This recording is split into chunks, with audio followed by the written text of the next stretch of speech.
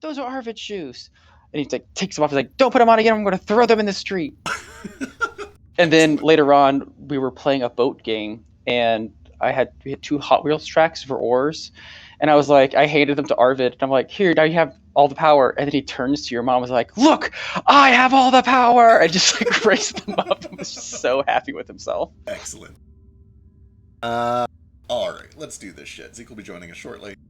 Last week when we left off, you guys had made your way down into the secret laboratory beneath the Storm Cellar prison, where you found several more simulacrum of Dr. Worley and a bunch of other attendants who melted to a single dragon's breath that were all working on frantically trying to evacuate this lab and to get a bunch of research and also a bunch of weird organic research subjects, these strange eyes with magical powers, onto teleportation circles. A few of them managed to blip out to an unknown location, but you guys were able to stop several of them, either destroying them or disrupting the circles or forcing them to disrupt their own circles. That was clutch. That was incredibly clutch. That one was important. I really wanted that one to make it out, and I'm upset because he was 1 point away. Alas, it did not. Also within that area, there was a mass of this weird draconic flesh that was trying to amalgamate itself together into some sort of a large creature, but you guys were able to prevent that from happening with some cool bones of the earth and a whole bunch of sentinel and a bunch of just kind of clever play all around to keep it blocked off and hamper its movement. When we left off, you guys had done a little, well, not a little, you guys had done some very thorough searching of this area. You had dug through a lot of the research, gotten some information about the ones that got away and the ones that stayed. You had checked all of the Worleys to make sure that they were simulacrum, and you did confirm that they had all kind of melted away into snow and ice. You'd gathered up a little bit of loot, including, importantly, a handful of antidotes. I forget the exact amount, but it was listed up in chat somewhere. And also a pretty considerable amount of just alchemical supplies, vellum snakes, things like that. Importantly, you found a catnap potion. All of you have had the benefits of a short rest. And I believe the plan is at this point to continue through this large door, through the secret cave passage up into the palace, where you guys expect you will find Ozdirith. Ace, what's up? Just housekeeping rules. How much time, if any, do I have on my shape change? I used it when we ran into the dragons underwater after leaving the Nautiloid. Let's see. Before you tell me the duration, let me just figure out how long it's been so I can do it objectively. You went through the water, came up through there. That bit was about 5 minutes. There was another maybe 10 minutes of chasing, recuperating, hiding.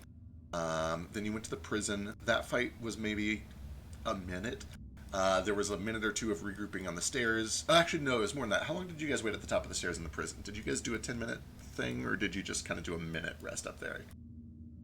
I think it was like 5 minutes, and then you regrouped.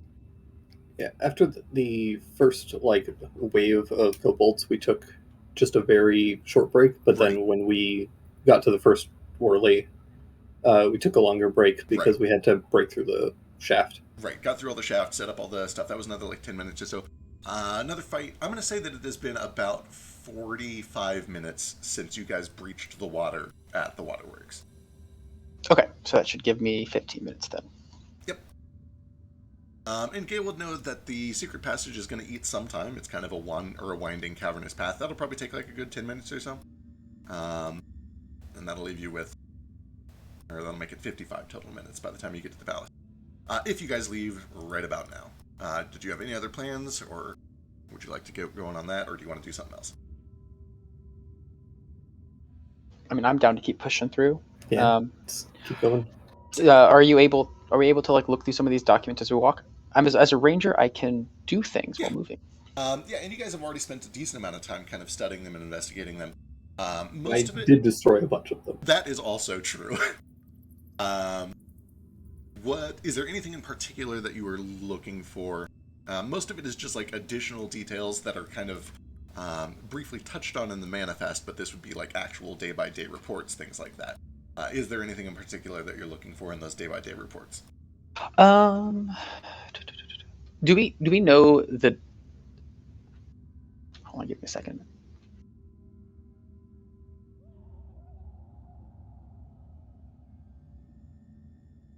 The date that we went to Dragon's Roost and they showed up there, and we like Uno and that one lizard folk. What that day? I, out of character, don't know what day that was. Oh my goodness, it's been a little bit. Firebird's Roost would have been like... I can pull up my news reports to find out which day it I was was. going to say, I feel like that was about 2 or 3 months ago, but my perception of time is so fucked up, and I don't have my fancy Waking the Moon journal thing set up for this campaign. My guess is about 2.5, 3 months ago. Yeah, it's mostly just like that was around the time that he told Uno and what's his face to kind of find our to kind of start hunting us, and I wanted to know what this Oz had going on around then. Yeah, you'd be able to look through that, and also through the... Well, actually, let me double check. Where was this being stored? This is in the... the PI files, which were in... So looking around through all of these, you actually don't find any of the PI files. In the manifest, you do see that all of that is being listed in Facility Jailhouse B1. And there's a big old marking at the entrance to this place labeled B33. Gotcha. I can't really think of anything else we might need. With that said, I will just paste the stuff from the manifest that you've already found. Other than maybe if they have our storehouse of antidotes. Yeah, absolutely. They're the ones that you already found here. Mentioned. There was some in the waterworks, the farms, and then there was one other place that was listed somewhere in one of the manifests. Yeah. Oh, that's right. The biggest stores of them are in the waterworks and in the farms. The manifest would also mention, like, there were a few here at the lab. There's a few at the palace. There are smaller stores kind of at critical strategic locations throughout town.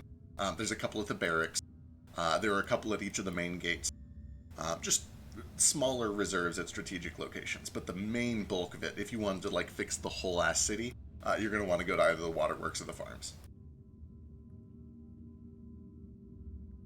All right, I'm cool to move on unless anyone can think of like anything useful to look up. I can't really right now. Nah. I think we burn as much of it as we can and get out of here.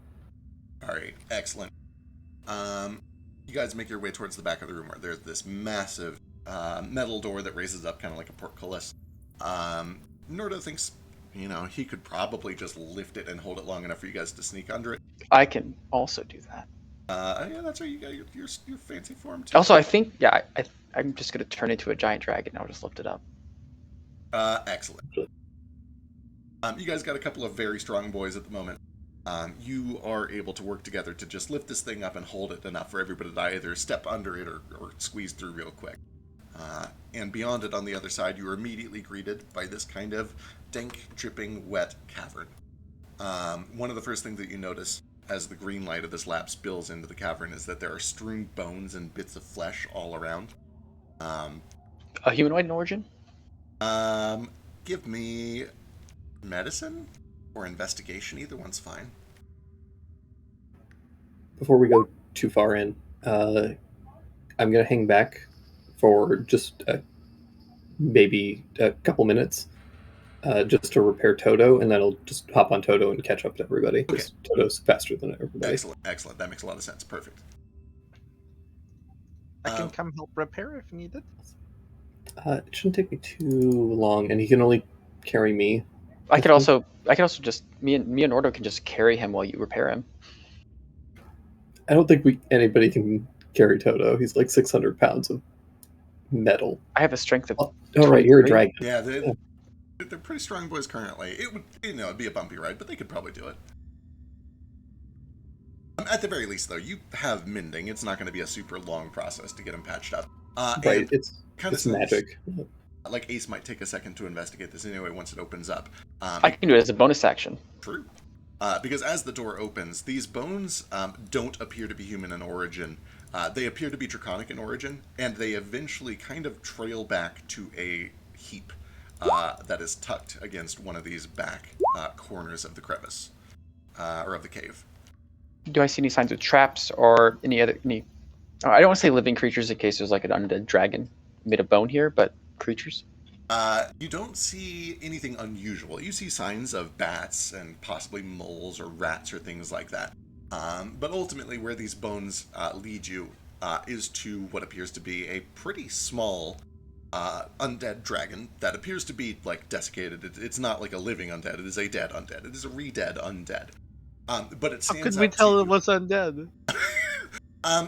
If it is living, its parts are strewn in a way that would make it very difficult for it to animate at all. But maybe it'll pull a Mario and collect itself together. It's hard to say with a 29. It's not possible to say whether or not this thing could reanimate. It just certainly doesn't seem to be active, even as you start studying its bits and pieces.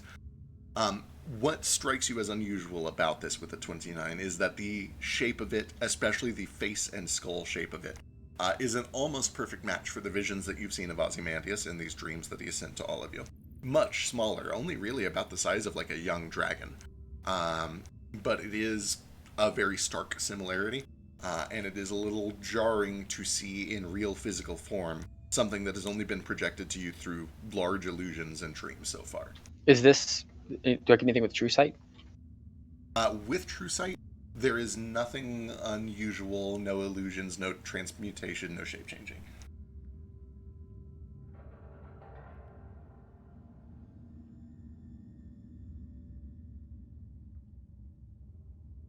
All right.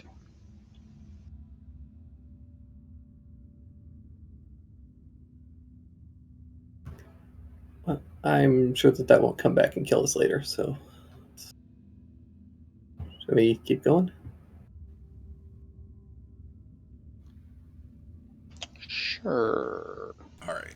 You guys kind of press on, trudging through, and after a few, 20 or 30 feet past this bend, the bones stop, and everything kind of goes back to normal. And you begin to follow this winding, cavernous tunnel towards the northwest. It's a bit of a trek. It takes maybe 9-10 minutes until eventually it starts to go up to a steep, steep incline. After a while, you reach a fork. And Gail, this is a little bizarre to you because the fork, one of the options is the one that you're familiar with, the one that leads to one of the kind of meeting rooms on the first floor. But there are two other branches that you've not encountered before, presumably also secret tunnels, just ones that you're not familiar with. The one that you're familiar with is the middle path. There is also left and right if you would like to try those, or you can just continue down the one that you know.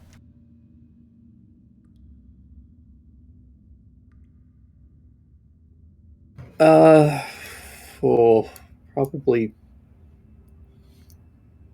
should stick to the one that I know, I think. All right. You continue through the path that you are aware of. And who are the two front people at the lead? I assume Ace I'll is be one up of them? front. Presumably Ace and Nordo. Maybe Probably. I guess maybe in Gale since he knows the way. Nah, well, he'd probably be behind you too. Yeah. Kind of in the I'm a middle. meat shield. Are we trying to be stealthy? I don't think so. They kind of know we're here. Yeah. I'll at least move stealthily. I can do that at full speed. Okay, I'll just counter charm the entire way. I'm pretty loud, so Excellent. counter charm is appreciated though.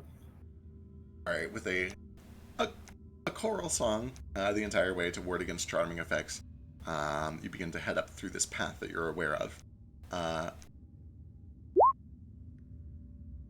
Ace, what is your passive perception or investigation, whichever one's better? 30 30? for my perception. There is a point as you're continuing up this secret passage where you feel just a shift under your foot. Are you assuming that Ace isn't just flying the entire time? That's fair. That's a good point, actually. Then it probably is not Ace who is the one who feels the shift under the foot, but whoever the first person on the ground is passes by, feels just a subtle shift under the foot. Depending on who it is, they might not even notice that it has happened. But a few seconds later, there is a ringing gong like a church bell that you can hear ahead of you several hundred feet, as if hearing it through a little bit of rock and cavern. You know that you're getting close to the palace, to the corridor. Sing louder. Does it seem like we stepped on a trap or something? Going back down and checking out, you check out the spot where the foot slipped. and you can see that there is a remarkably well-hidden pressure plate that has been set up in this secret passageway that seems to be rigged to just a very, very fine latch mechanism that kind of leads out and upwards kind of through the cavern wall. Damn. I guess from here on out I should be searching for traps. Even if it might be a little too late for that. But that said, nothing else happens. There's no immediate effect except that this gong has been sounded. Another 2 or so minutes later, and you find yourself in a dead end in this cavern. And you can see that there is a ladder that goes up about 15 feet to a trapdoor. And you know that this will lead to a room on the first floor of the palace, near the left entrance, kind of a little ways down the hallway from the kitchen. It is a meeting room. It's not super commonly used. It's just kind of a meeting room in the palace on the first floor that is used for like political meetings and stuff like that. Guess I'll go up and I'll use my thieves' tools to peek through the crack. I crack it open and peek around the room. Sure, absolutely. Give me a stealth check and a perception check.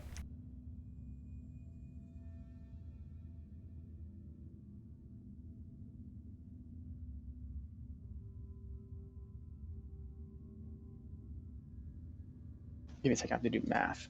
My stealth check is going to be 3 lower than this.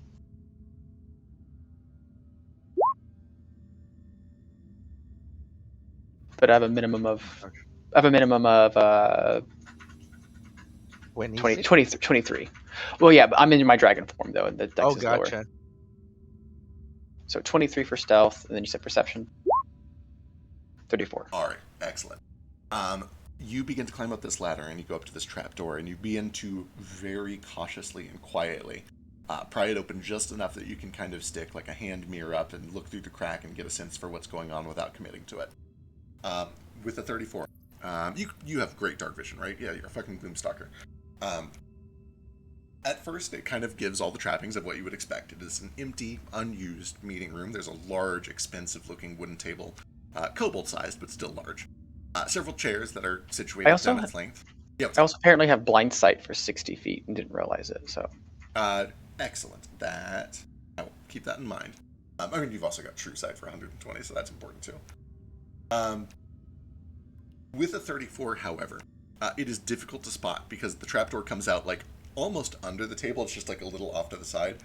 But you spot a fine copper wire that runs off the side of the table, kind of above you where you're looking out from under this trapdoor, across the width of the room and under the lip of one of the doors leading out of the room. Like this wire is connected to something on top of the table near where you come out of the trapdoor. Gotcha. So there's a way to disable it from where I'm at? That's a good question. Give me a... Boy, that's a nat 20. No. This appears to have been rigged specifically so that it would be very difficult to access from the trapdoor. If you were to I'll just teleport outside. That works. Yeah, the wire is about 10 feet south of the trapdoor. So theoretically, if you were to, make your way down there, you could cut it real fast. Yeah, that seems like a reasonable... Do you have any sort of, like... I can never remember which of your characters are demolitions experts. He's no demolition. No demolition. Okay, good to know. He's expertise in tinkering. Okay. Tinker skills, though. Right. That would be enough to at least understand what a copper wire is good for. It's good for transmitting a signal very quickly. Do I feel like I could just, psychic step out of the trapdoor and then disable it? Absolutely. The question is, can you do it quickly, and is there any risk involved? I mean, I just have to see. I can just look through the crack, and I can just teleport out. For sure. I don't really have to open it. Excellent. If you would like to try it, if you want to commit to it, then let me know, and we'll do it. What's the party think? What do you see?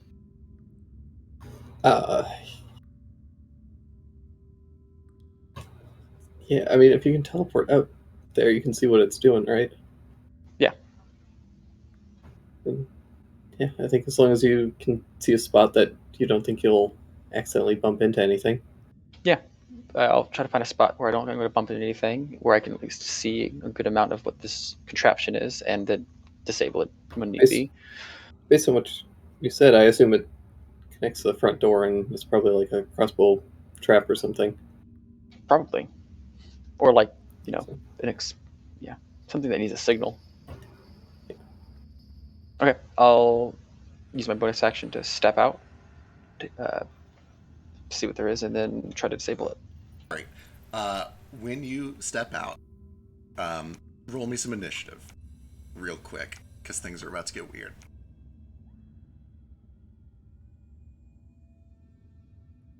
Okay, my initiative is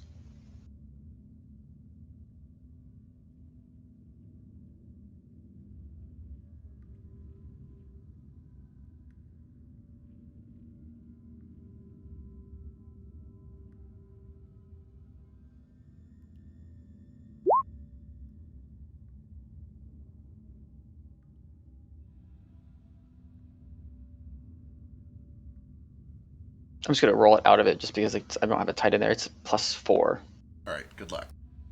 Coin flip. Yeah, but I'm a rogue, so I have advantage. So True. let's see what the next one is. Wait, do you? I'm a rogue. I'm a ranger. Sorry, Oh, ranger. right, Ranger. Oh no. Well, okay, the dice. Oh, hold on. Yeah. What you got? +5 to that. +5. So that's a. Yeah, not enough. What's your dexterity? +4. So Right now it's a 10 dragon. total. Right now I'm a dragon, but I get but I think I have some items that give it a bonus. So I get a +3 to it from something. I forget what it is. Oh yeah, I get it out because the rangers can add their wisdom to it after Tasha's. True. So it's +4. So Oh. it's only a 10. Yeah, I think he's still got you. As you blink out, quiet as the night, you find yourself kind of standing eye level with this table, and you are immediately greeted by a tremendous pile of explosives that are just set all over this table, and a copper wire that leads out under one of the doors. And sitting on top of this pile of explosives is a single kobold who spots you and yells in Yip-Yak, "Now do it!" So for what it's worth, he just sees a ball of darkness appear. True. And that is all it takes. You hear a plunger drop from outside the door, and then you see a brilliant flash of light, and your ears ring, and I need a dexterity saving throw. I see I'm just in time. You are just in time. Hi. Hello. I appreciate the fishing for, but it's just a ball of darkness. Like, that's not the most unusual fucking thing to come out of there. It is absolutely like a note where, there are situations where they'd be like, what the fuck? But they see anything they call for the explosion is kind of where they're It should be 16. 16 is good. I think that actually is enough, but let me... And I'm a rogue, so if it's... Oh my god, yeah, you might just be totally safe. Why is this not fucking show? Oh, right, because I have monitor turned off. There we go. Oh, you lucky son of a bitch. With the lightning reflexes of a trained rogue, tell me how you do this. Tell me how you take no damage from a pile of explosives at near point blank range. I'm not going to deny it because that's what your class does and that's important, but I want you to spin the story for me. Tell me how you do it. This entire room erupts. The kobold that was sitting on the pile, clearly gassed out of his mind, eyes practically swirling with this Formula O.Z, is obliterated. There is nothing left. The wall to this room is obliterated, including the back wall to this room. Outside, you see several kobolds that had kind of huddled around a plunger. Some of them are coughing and hacking and charred by the explosion. Some of them are not moving at all. The plunger itself has been destroyed. The wire has been frayed. In the blink of an eye that Ace has to react to this explosion, how does he protect himself from this catastrophe? All right. So Ace goes to kind of just try to dive under something, and instead you just see Corlin pops out of his little collar and kind of just takes over his wings and just shields him from it. Love it. Love it, love it, love it. There is this diffusion of shadowy energy that starts to just repel fire. Bits of shrapnel begin to kind of wrap around you like a bubble. It doesn't do much to stop the ringing in your ears, and you can now hear plain as day the continued gonging of this church bell coming from much closer, the front of the building, presumably. The rest of you down in this waiting area at the bottom of the ladder hear this massive explosion rock the room above you where Ace just teleported out just like a split second after he teleports. I assume it's also blasted the trapdoor off. Oh yeah, the trapdoor is blown off its hinges. You see little bits of debris and rubble and dust begins to fall down the ladder. I think we should probably just roll initiative. I don't see how this doesn't lead to a mass combat, so let's fucking do it. The explosion happened. It's like, ah! Do I keep this one or do I roll a new one? I will be merciful. I'll let you roll a new one. Let me pull you over to the map before you guys roll, though. I've missed some shit. What? No, you haven't. We walked down Literally- the hall, and this is what happened. Literally, there was clearly a trap at the top of this trap door, and I just teleported out, and then little Cobalt was like, "Now, blow it!" Perfect. And then he blew it. Suicide bomber up there. In that case, everyone should still have their D4. And so a few Except people still have for, their cocaine. Sammy and Gale have cocaine, and Ace and somebody have cocaine. I have cocaine. I think it was Vasu. I think I gave it to Vasu because Vasu was like, So- "I love coke." You gave it to me. Oh, I gave it to you. I gave it to someone. The D4s. I'm trying to remember who didn't get it. Me. Was it you? It was me. I didn't get it. Okay.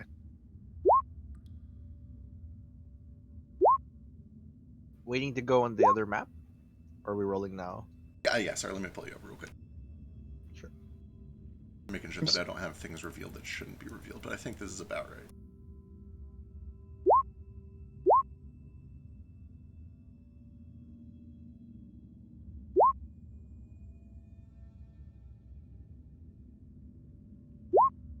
The dice just really don't like my initiative today.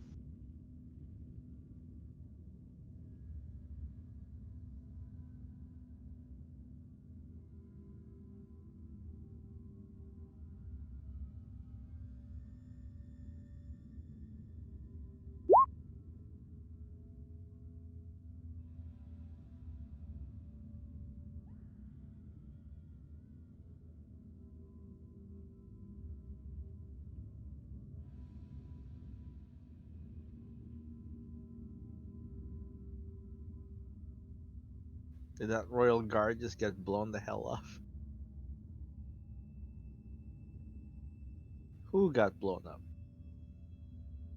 There are like 8 of these coordinated kobolds are dead. There's 2 that are coughing and hacking and slowly picking themselves up. The one that was in the room here with Ace is dead as fuck. It looks like some of the debris is blown out into the main throne chamber for sure.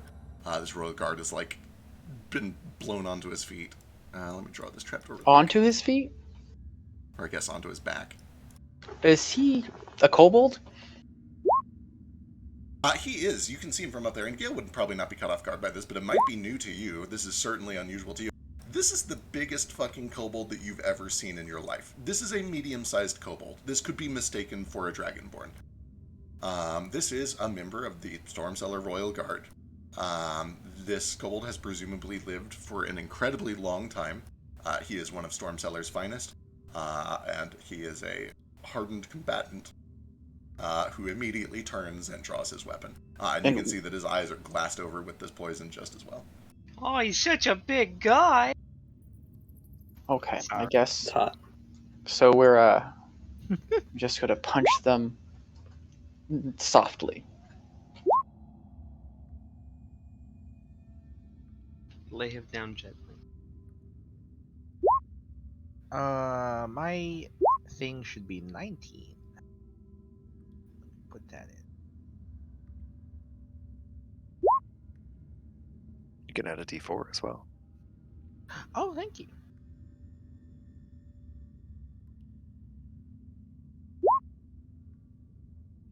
A 21.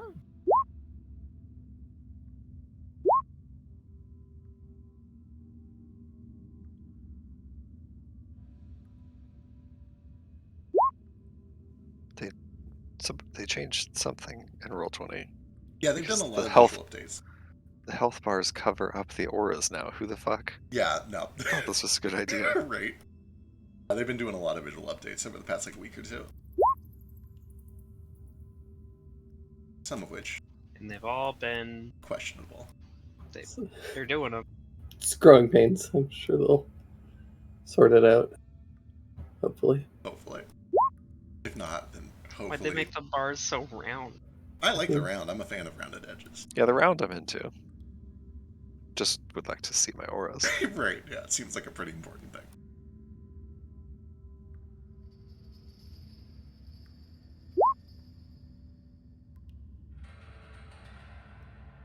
It's nice that they're still updating stuff, though. True. If they could do some performance updates, that'd be awesome. Do you think they added the fucking Artificer to the list of classes you can play with Well, this? that's No, not on that's not them. Yeah, this is a community sheet. It would be on the community to do it. How has the community not decided to add an Artificer yet? I don't know. That's the most wild part of this sheet. is the fact Right. That they still haven't. Everything seems to work deliciously except there's no Artificer. And this is like my favorite sheet.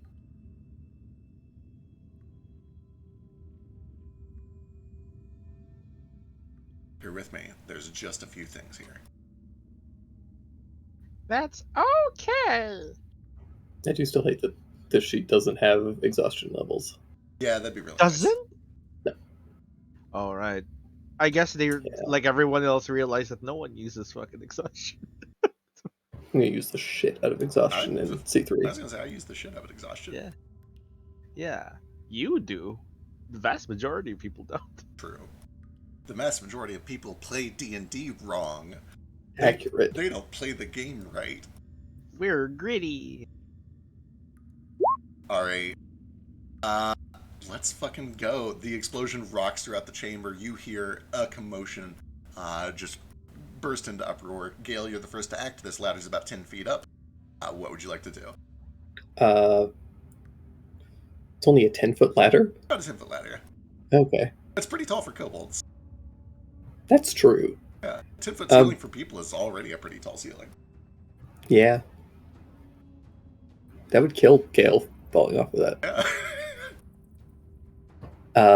Yeah, I'll, Poor Toto, he can't climb ladders. Why did we design this place this way? I can carry him up there. Thanks. He could probably also jump it. He's very athletic. I don't know how many dogs can jump through a trapdoor 10 feet tall. Dogs can ladder. jump very I was high. gonna say, I think this is It's actually not- much more reasonable than some of the things I've allowed. It's not even... Well, it's not the height that's the thing. I just feel like Tightness. that's a very, like, narrow hole to shove a dog through. Fair. I would certainly let him try. I think it's Okay. doable within the realm of fantasy. Cool. I'll climb up. Let's put those Look brakes to upon test. the mass of dead kobold sacrifice themselves in this horrible trap that could have really been done a dozen other ways. All right, I can see this dude. Absolutely. You've probably met this dude. This dude is probably this is the dude who guarded your birthday party. Oh, John. Yeah. What are these squiggly lines? A destroyed wall. Scary. Well, The kobolds were behind the wall and they took collateral damage. Sure did. well, yeah. I'm gonna run up to him and I'll take out one of the antidotes and I'm gonna shove it into his mouth. Love it. I am into this. Give me an improvised attack roll. I think that's a reasonable way to handle this. All right.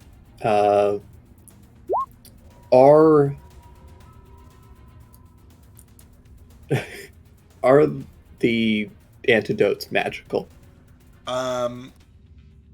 What a great question. I feel like they would almost have to be. I'm gonna make a generous ruling here. Yes, but if it's for the purposes of fast hands or some shit like that, I'll let you fast hands it.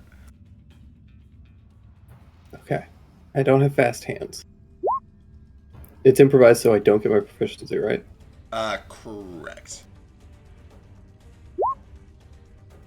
Hey. I'll just shove this down your throat real quick. Holy shit. Yeah, good shit, good shit. You run up, and just in a moment of like stupor, as he is still reeling from this blast that has thrown him onto his back, you just come screaming out of the explosion, billow through the dust. It swirls like waves behind you. You land on his chest and just force feed this antidote straight down his throat. And you watch as his eyes narrow. He shakes his head, seems to get his senses, and immediately jumps to his feet, spins around, and points the bow to the north. And as he does, let me reveal what both of you are dealing with. Another royal guard. How many of those antidotes do we have? 31 now. Have we distributed a few of them? Plus I the can ones that ask we. them some. Yeah, everybody got a couple of them. Is it transmissible by putting it on the edge of my axe and cutting someone with it? Uh, Oh shit! It's Azudirith. I don't know if it's... I mean, it probably would be, but not as effective as ingesting. You would know because you've studied this tremendously. Your two best options are ingestion, which is going to be like an instant total cure, or aeration. If you just throw it, it'll fizz out, cause a smoke, and that'll get an area, and it's going to be harder to avoid. It's just not quite as strong. It's only going to like partially cure them instead of Gotcha. fully and immediately curing them. So I have 2, yes? I probably have at least 2. Cool. I have a Do I question. see him with these pillars here? Even if there's like a little obstruction, it is very clear that he is up there. This is a big fucking dude.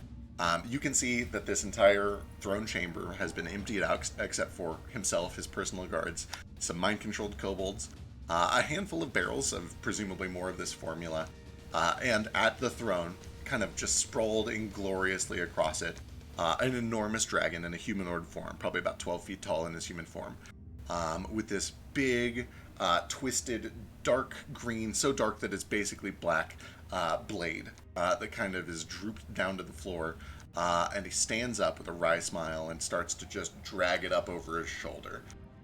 Looks to the explosion and to everything that's going on over there and says, "Good. I have been waiting."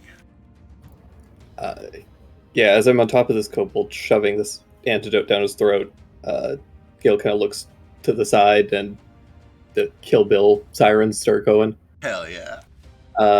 And immediately pulls the hand away, grabs the rifle, and is just going to take a shot. Bring it. Come on, crit him again. I'm actually going to bonus action to overdrive, and then I will take a shot. Sick.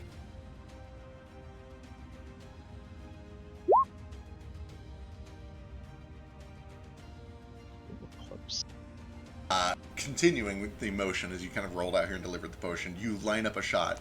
It echoes, roaring out through the cavern, and you watch as it slams into the scales. A couple of the scales kind of fly off over his shoulder. You see it draws blood and it hurts him.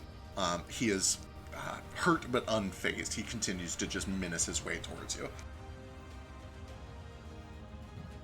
Cool. Alright. How about Toto? Anything else? He's my bonus to overdrive, so Gotcha. Toto just sits there and looks at everybody. Alright, then that'll bring us to the boy. Fuck, we're doing this already. Yeah, I don't see why not. Let's fucking go. He steps forward, and as he does, it's a legendary. Shit. Well, you can do it at the end of your turn. Let's fucking do it. At the end of your turn, he begins to step forward, and as he does, he drops down to all fours and begins to grow. Hell yeah. You watch as the sword kind of falls to his side, and then eventually hits this heavy black chain around one of his wrists. Continued to just dragged along as he switches to his draconic form. And then on his turn, he's going to start doing some shit.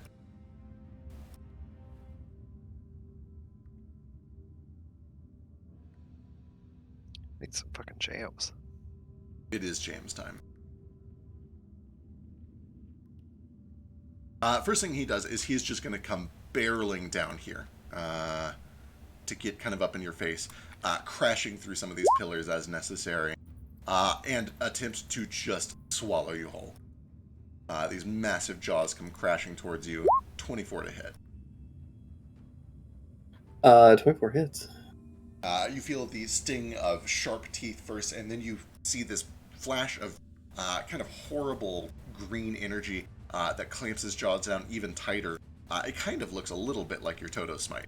An additional 13 points of force damage. And once he has you in his mouth, he just begins to rip and tear with both of his two front claws. 37 and 31.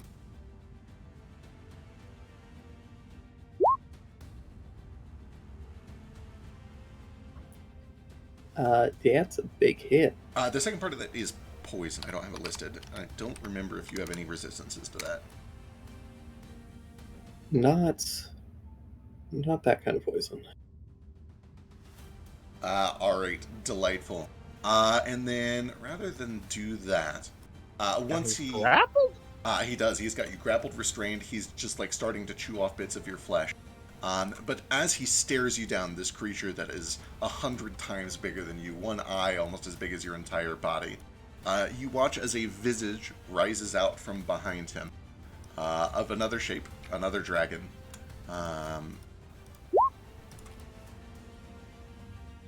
That also looks down at you with almost just contempt and disgust. Very good. Don't let me down. And that brings us to these kobolds' turn.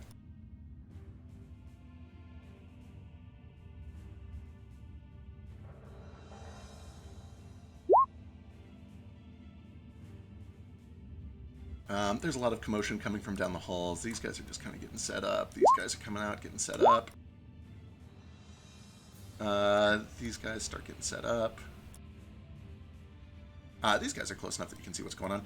The two that had just plunged the trap cough and stand up and get on their feet, and they rush towards Ace with a pair of daggers. Disadvantage. Which I guess is probably canceled out by their pack tactics. Yeah, it'll cancel out with pack tactics.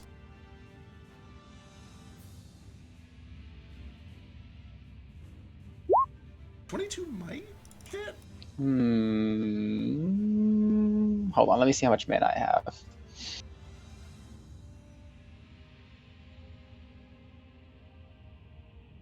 I'm just going to use my wings to boost my AC. All right. It misses. Excellent. They're doing their best to finish the job that the trap did not, but you are able to just deflect their tiny little kobold parries. That brings us to Flirt. Okay, this is gonna be a little difficult. So Flurgle, what is this place? This is a narrow corridor, right? Yeah, you guys are currently down in that little cavern. That white thing is a ladder 10 feet up to get into the palace next days. What white thing? Oh, there. Yeah. How do I get to that side? You need to climb the ladder. So there's. I mean, where are we exactly? I see us all in this corner here. Oh, here we go. There's a ladder. Everyone's yeah. Fucking.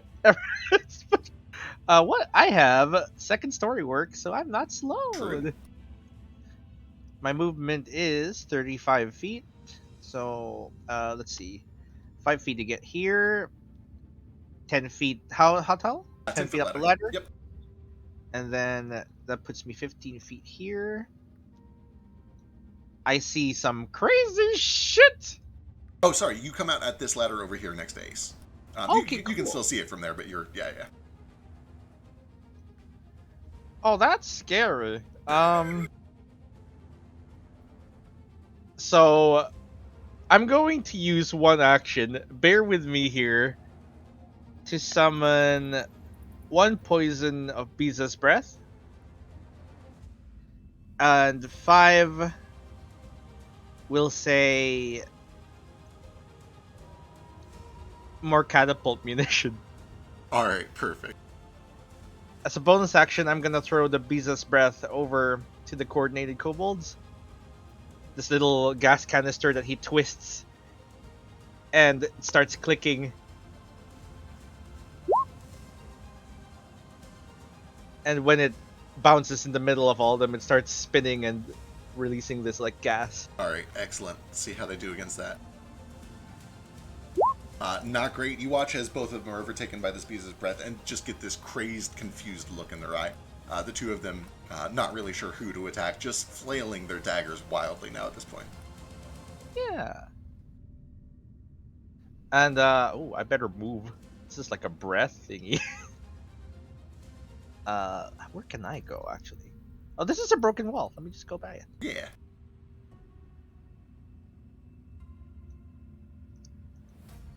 And I have 5 catapult munitions on.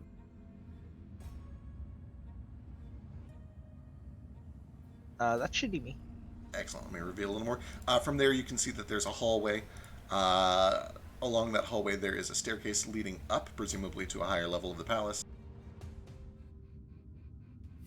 Why? There we go. And you can see that running down that hallway is a pack of kobolds. You can also see to your south, there is a door that presumably leads out of this place. It looks like a big kind of regal front door. Okay. That brings us to our dear friend. But first, it probably brings us to a legendary action, shall we? This shade of Ozymandias looks over to Ace and to Flurgle, who have popped out and says, I don't think you can see me.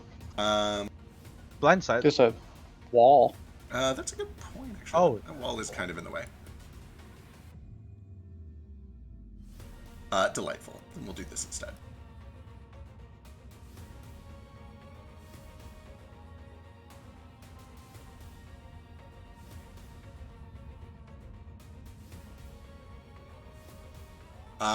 Looks down to Gale. Says, so, did you come to honor our deal, or did you have something else in mind?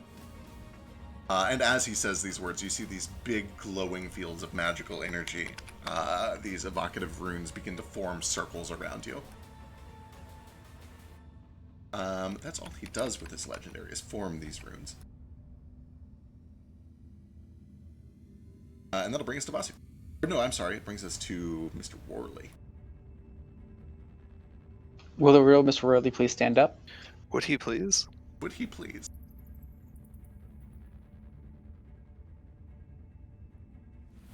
I gotta trick it. I gotta be like, Dr. Worley, your car is being towed. See which one freaks out.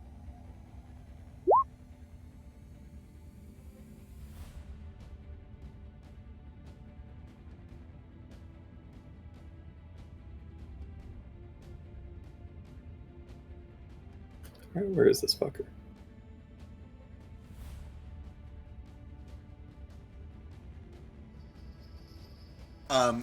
Sniveling with his hands practically steepled, cautiously peeking, trying not to fully expose himself. You do eventually catch sight of a figure in a heavy lab coat that pokes his head around from behind the throne room here. Takes a look over the battlefield, gives just almost like a wink and a smile to you, and then just pulls back behind that wall again. And that'll bring us to Vasu. Dr. Worley is a bastard man. Wait, who did he wink at? To Gale. Oh, like a seductive wink, or like a... Not quite. More like an it's all coming according to plan kind of wink, you know. One of those. All according to Keikaku. Exactly. Vasu is going to fly up this trapdoor. And then down here, and then right up. He said I'm not gonna try to pretend which one is the real one. Azadirith is the alive one, right? Correct. Yeah. Okay. So Azadirith has Gale in his mouth. Yep. I see. So I'm gonna try to make that not be the case. I'm gonna fly up at him, spear first. Alright, you come up to the side of this giant green dragon's face, spear first. Hey, so nice to finally meet you. 29. 29 is good. 14 points. You draw blood. One of the scales begins to flip back a little bit. I gotta try it. Give me a con save. Sure. Yeah, you do. Gotta try it. I gotta try it. Gotta Gotta try try. it. Maybe he'll just fail. Maybe he'll just roll like a 1. What if he just fails? What's your DC? It's 19. I hate this so much, God damn Vasu. it. I hate you so much. He'll burn his first No, legendary. 19 was the DC. Oh, 19 was the DC. Yeah. Okay, thank God. Thank That's God. why I said God damn it. Wait, actually, it's He can't fail. He it's cannot 8, fail. It's 8 plus proficiency plus wisdom. Yeah, Yeah. so 14 plus your wisdom currently. What's your wisdom? 5. Yeah, Yeah. I don't think it has Yeah. not gone up, unfortunately. That really sucks. Anyway, he gets a also That was so close. if it matters, that I think it's the second dice roll on that, the one that would normally be fire damage. I'm gonna make it radiant. Okay, excellent. Good to know. 14 points. The second hit is also good for another 18 points of radiant. You just begin carving in. There's so much flesh to get through, but you're starting to make a little work. And then I'm going to bonus action hit him with another spear attack because I've spent a keep.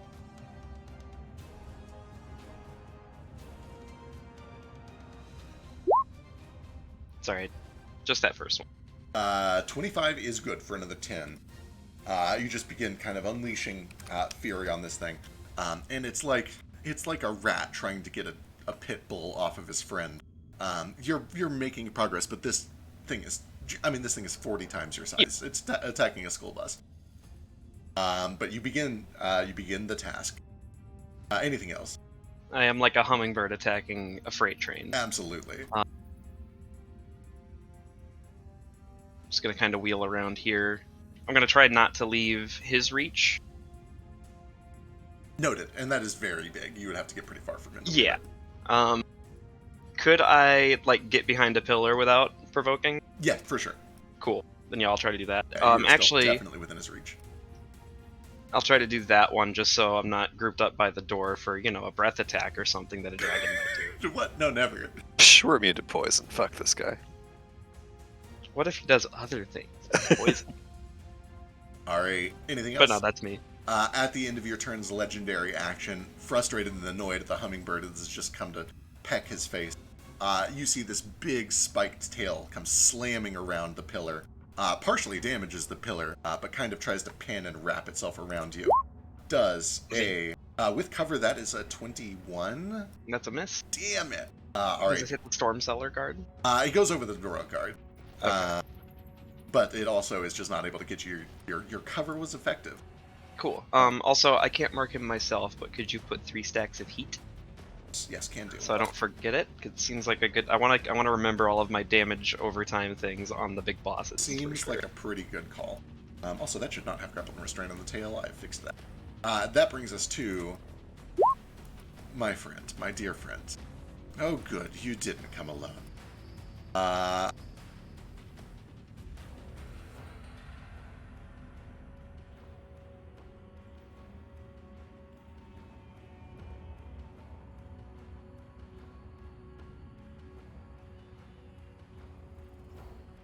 There's nowhere to drop that currently that is useful. So I think he's actually going to hold off for a second, which will bring us to the Royal Guard. We'll start with the friendly one. I'm going to let you decide what you want the rescued ones to do. I assume you want it to fucking shoot Ozdirith. But you can call out orders if you want. I'll say if you call orders, they follow it. Otherwise, they just shoot the nearest thing that's used or that they dislike. Give it cures and tell it to go give shit sprint and shots. Caw-caw!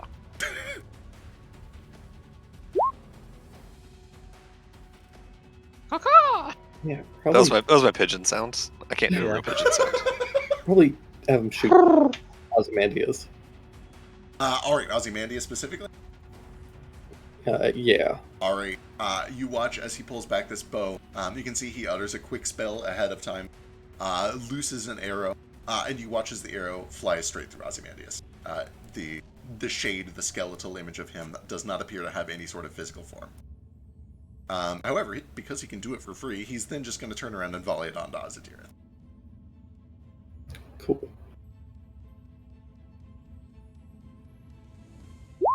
21, though, I think misses. It does. no. It just plinks off of scale. He's a tanky boy. Sure is. Then it's time for all the other royal guards. Let's fucking go. This guy comes barreling out into the fray. Another 15 with a dash. This guy, 35 move, another 35 dash. These guys are incredibly well trained and not. They have orders. How do we want to do this? You know what? They're incredibly well trained. Let's do it. That guy dashes. Guy dashes. Dashes.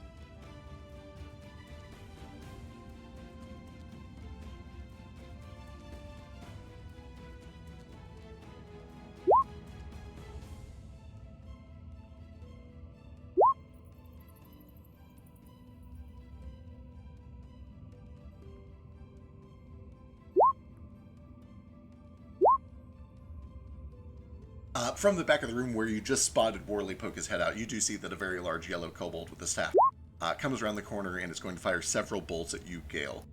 You do have cover from a couple of creatures near you. Isn't he in the mouth? He sure is. And actually, oh my god, how smart is this thing? You know what? I've already committed to it. He does it. Here we go. If they miss, can they hit us, the dragon? Maybe if they were to, like, critically miss. These things are pretty good at finding their target. 28, I think, does hit 12 points of force damage. And unfortunately for them, you do feel yourself ripped out of the jaws and flung back against the wall. It's a 22 They're hit. helping you subconsciously. Yeah, 22 hits. That is another 13 force. You feel yourself kind of slammed against this wall. 16? Please tell me a 16 misses. Of course it doesn't. Another 12 points of Like, force. who do you think I fucking am? My dude? You've been playing with me for how long? I am gonna shield, though, because I'm gonna remember to actually do that. Alright, delightful. Then I think that'll block the 16. It might block the 20. Also blocks the 20. Alright, delightful. Those last two you're able to stop. You kind of catch yourself against the wall here as you were flung out of his mouth and pushed back by a handful of these. And then finally, that brings us to Mr. Assassin on Vasu, who I know just went AFK, but we'll see if he can hear this and get back in time. Did he say how high off the ground he was? He did not. I assume he is probably pretty high.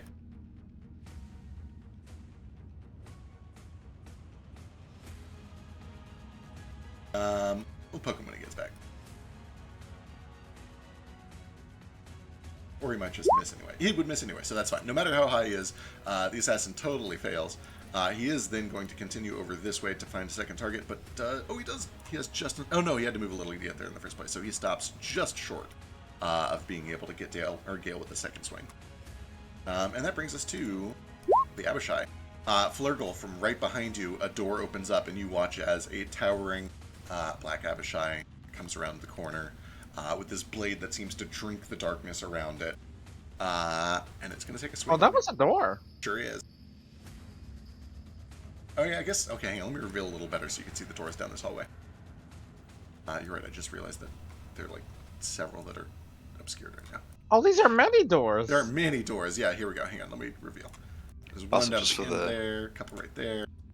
For the sake of full disclosure, like Fog of War is not working. Like I can see where your tokens are under the covered stuff. Oh yeah, you're right.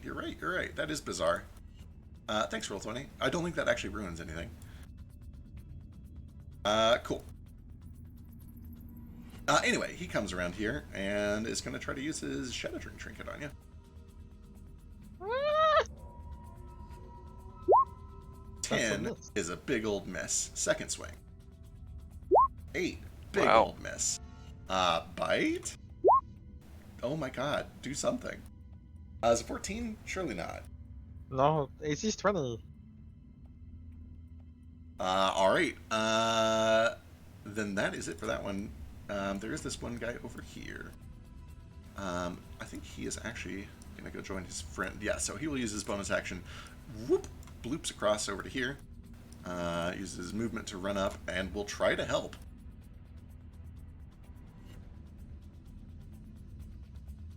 I don't like these people. And this one actually, rather than attack, when he gets up close, you hear he utters some infernal and drops a sphere of perfect darkness, like you've seen Ace do, directly on top of all of you. Oh. Is it actually magic? It is magical darkness. As in, like, does he cast magic, or does it have no... Let me double check. I think it is not a spell, but let me check. Creeping darkness. No, it is just magic. It's not a spell. Okay, gotcha. Can't do anything about that.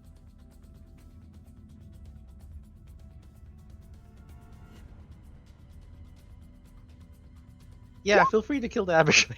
Yeah, the Abishai are very, very evil. You guys have kind of deduced.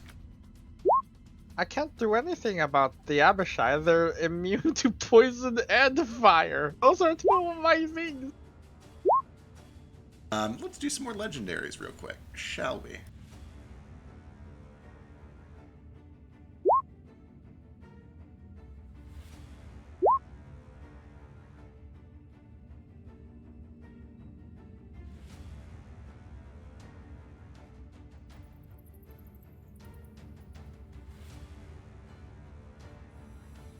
It's going to have to be the tail because of the reach. He's going to swipe one more time around towards Gale this time. Oh, God. Oh, no. Yeah. Basu, I guess this doesn't matter. It's a crit. Basu has his thing that he was going to use to block big hits. True. You don't have any way to stop a crit, do you? I think he can reduce the damage of it, maybe. I forget how his thing works. Yeah, it He won't uses stop his the hit, weapon. but it can still block some of the incoming damage. Alright, then you see this big tail comes crashing past and around to Gale for 53 total points of damage. Who put Gale in the front? Gale put Gale in the front. There Where you it go. belongs. Oh, that's a good reduction. Jesus Christ. 1d10 plus monk level plus dex mod. Yeah, holy I fuck. got that right still. Yep. Good shit, good shit. Also, if I correct me if I'm wrong, that Storm Cellar Royal Guard like entered Basu's space, ran all the way through his range, and left it, right? Just True, to get some yeah. sort of free attack in there. He did, but I did say that I was going to save my reaction to block big hits, especially Gotcha. on Gale. So I couldn't remember what you're like. Yeah. What free opportunity attacks you got? no, if I had used my bonus action to tunnel fighter, I think I Tunnel would've been able to fighter, attack if he ran past right. still without a reaction. We have a handy flash card for We it. sure do. Alright, that brings us to Ace. Question. Yes. I've only been a ranged person for a long time in your campaign. How do you rule doing grapples? Can you replace one of your attacks with a grapple? Yeah, and that is just rules as written. You can replace any melee attack with a grapple. Perfect. So I'm going to come out, a zoom in, a fly in, bonus action, turn back into a full scale dragon. Damn. I'm going to bite him on the throat and then use one of my attacks to grapple him. Kaiju battle. Kaiju. It's just a little bit. He's a little guy.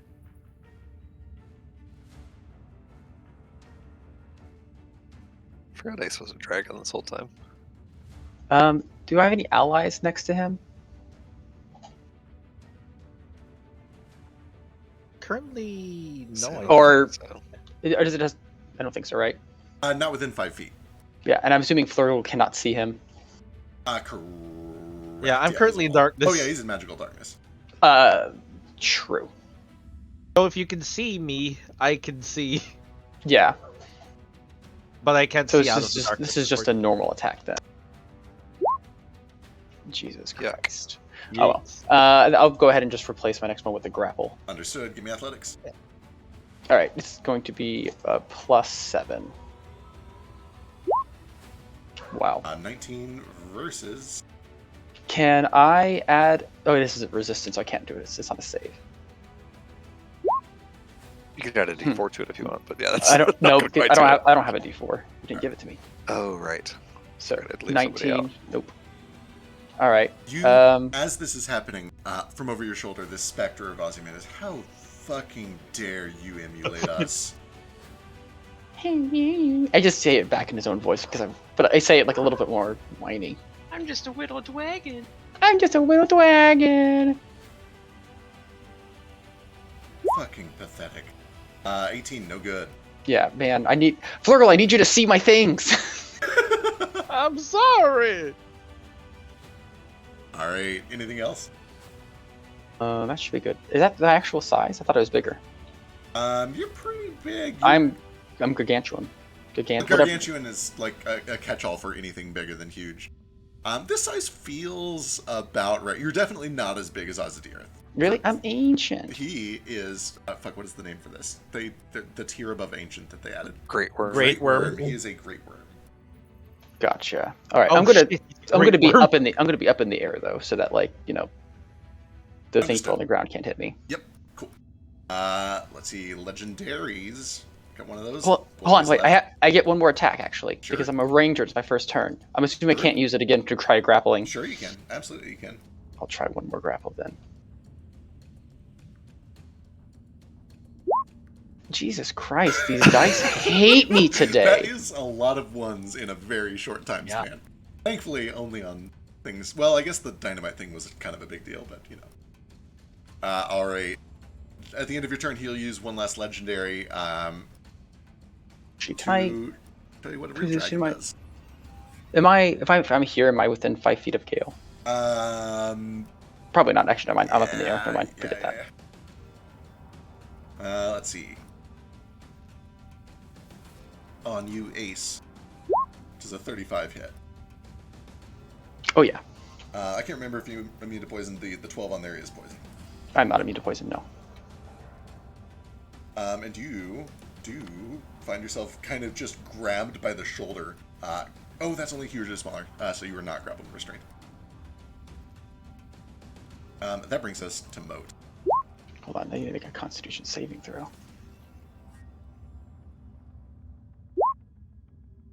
I'm good. Can my mount fit up this ladder shaft area?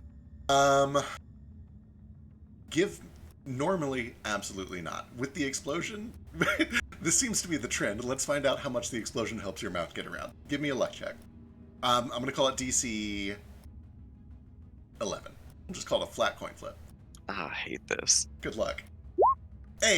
Hey. The explosion blew up just enough of a hole around it that with a little bit of squeezing and maneuvering, your mount can fly up through it, or jump, or whatever is necessary. If it's a jump, it's going to take some checks. If it's a flight, you can just do it. It's flight. Okay, cool. Okay, I'll fly up the ladder, out, and land by Gale, and I'm gonna cast a spell. Where is somebody? Somebody. Go for it. Yeah, you're good. Go for it. All right, let's see here. Oh, Let's do. How can I make this work? Is that still getting this Storm Cellar Guard up here? Or is he out of it? Yeah, that would get him. Cool. I'm gonna look at Ozzy and I'm just gonna say you can't even command these people without the help of poison, and I'm gonna cast Charm Person. Oh, Or sorry, no. fucking Calm Emotions, and they can choose to fail if they want. And I'm gonna suppress a charm on them. Fucking shit. And yeah, I've definitely ruled it because this is like a meta thing. They meta choose to fail. Fuck. And then once they've all Fuck. turned, the Phoenix Crane is gonna take off the ground and with the rest of its movement come over to the other side. Oh. Just spread out. Okay. Ah, so cool. All right. Do It's a big the fucking deal. aggressive people? What do they need? Hang on, do they need to make saves, or is it? So I'll just cast it real quick. 1 sec. Right. I always forget what it does to hostiles. So to hostiles, it shouldn't do anything since Okay. I'm choosing the Right. suppress a charm effect. Unless they're charged. Yeah, Unless they that's were true. charged. Correct. Yeah. All right. Noted. Well, son of a bitch.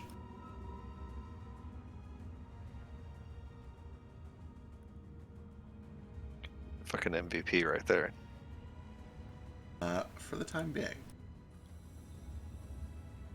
all of these critters Oh, they got little hearts. have had their emotions calmed. Specifically, they have had their charms suppressed. This guy will choose to fail even though he's already rid of the poison, just in case.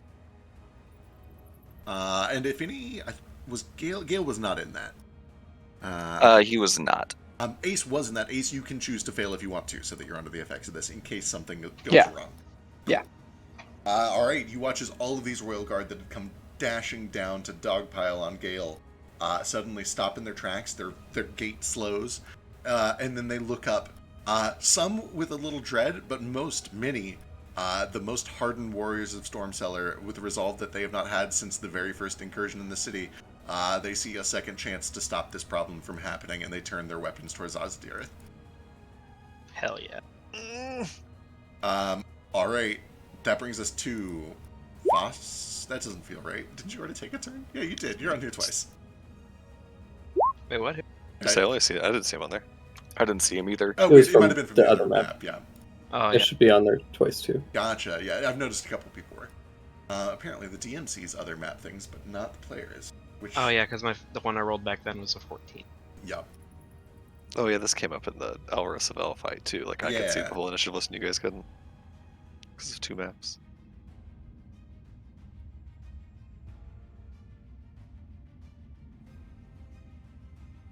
All right. Well, you run your tiny, stubby little legs as fast as you can. Why don't you? Nobody sees that actually.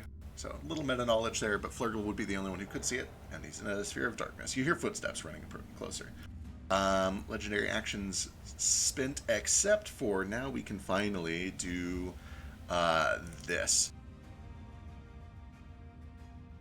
Ozydirith looks frustrated and upset that you have undone his poison on several of the Royal Guard. But Ozymandias kind of just scoffs and says, "Oh, cheap tricks."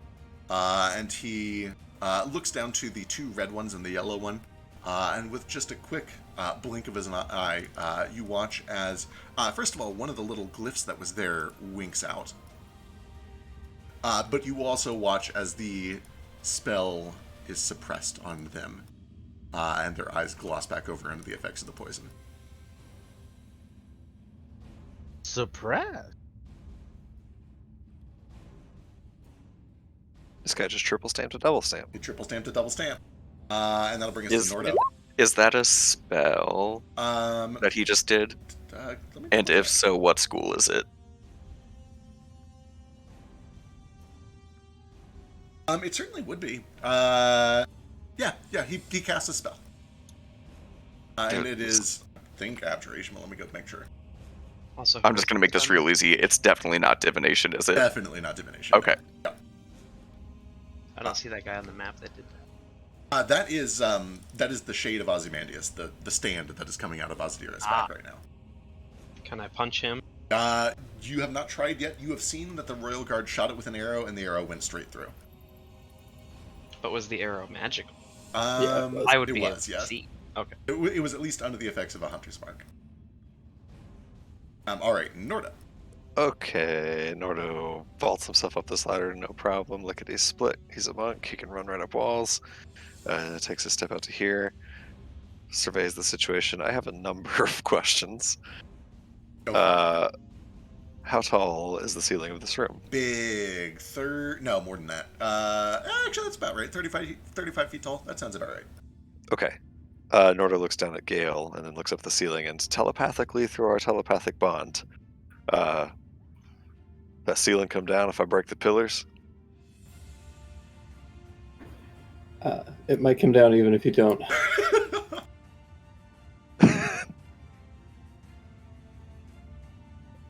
Good enough for me.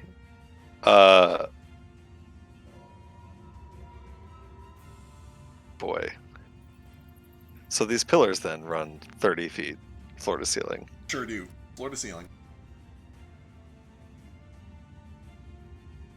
Question.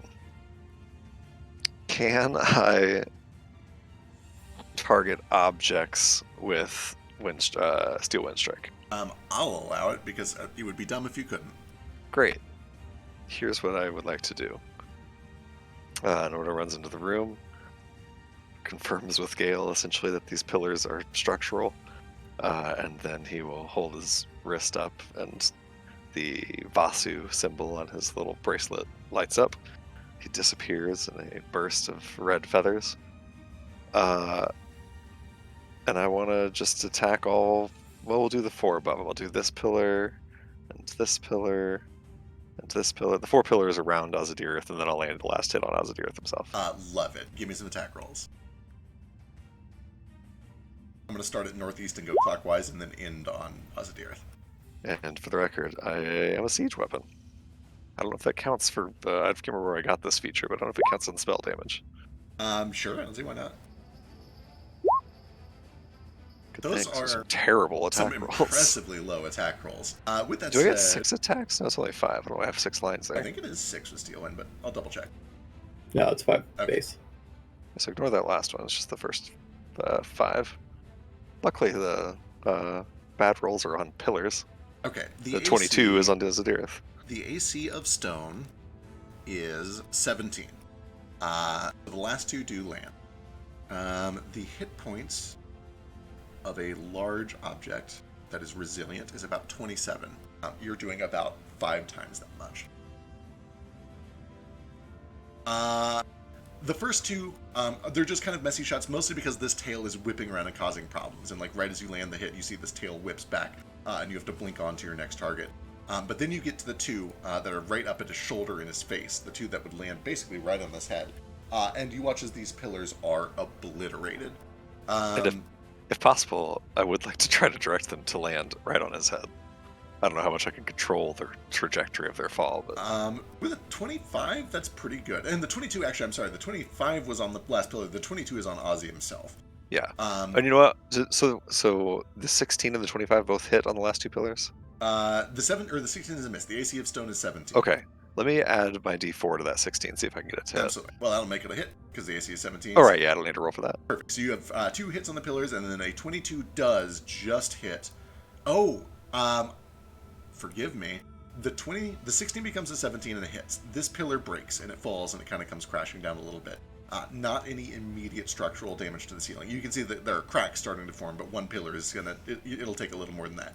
Right. You blink over to hit the 4th pillar, and you don't. You find yourself waiting at the edge. You feel that there is a disconnect in the weave.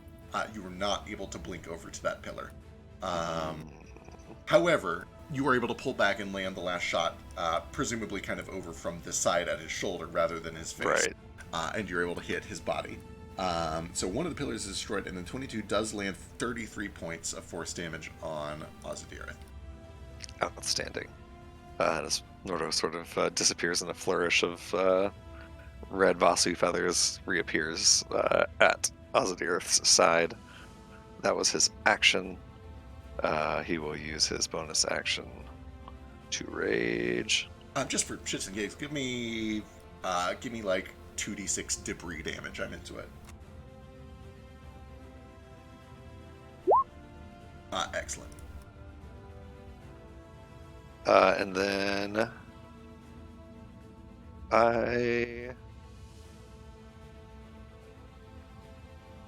no time like the present. I'll go ahead and action search. All right, fuck him up.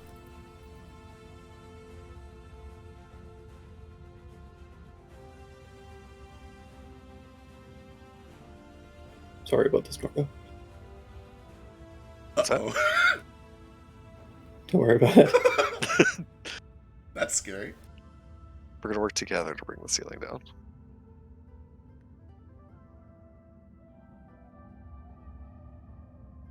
I'm not gonna attack recklessly. So stupid.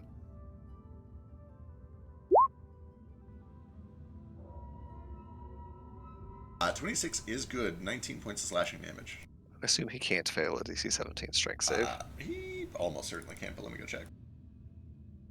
He might not be proficient. He's not proficient. He could fail. Second attack. 24 is good for another 18. Another strength save. There we go. Son of a bitch. All right, let's get burning on these.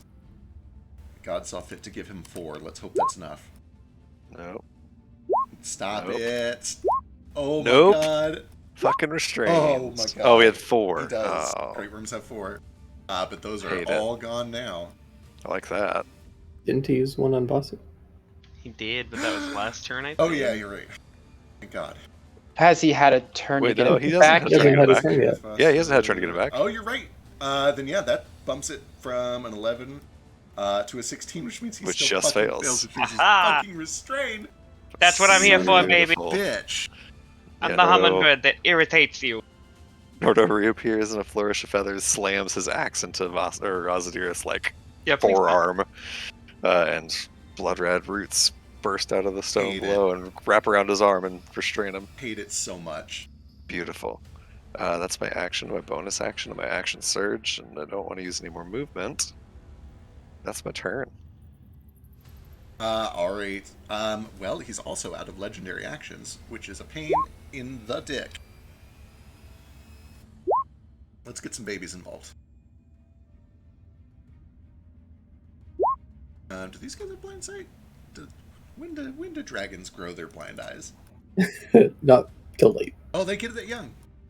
What? They do. Young dragons, 30 feet blind sight. Oh, it's true sight that they don't get till late. Yeah, true sight is very late. Alright.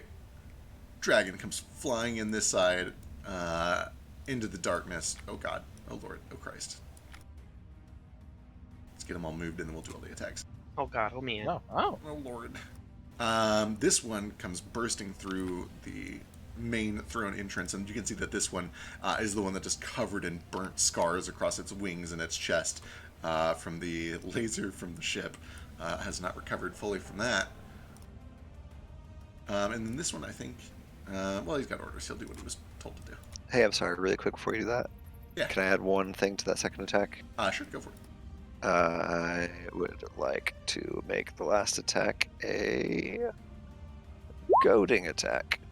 So it does 2 more points of damage, but I need a DC 20 wisdom saving throw from Ozidirith. But he's not great at And he's out of wisdom legendaries. Nat 20 coming in. Oh, he is actually okay at wisdom saves. Here we go. Son He has of a disadvantage on bitch. attacking anybody but me Son of until bitch. my next turn. Alright, excellent. These dragons come flying in. The one next to Moat does have to dash, which is unfortunate, but it starts to bear down on you. The one behind Ace, honestly, is just so... Like, he spent 10 minutes chasing you around. He's gonna try to chase Ace. Like, he can finally bite the thing he was chasing. So these are all on Ace at first. 25, 2017.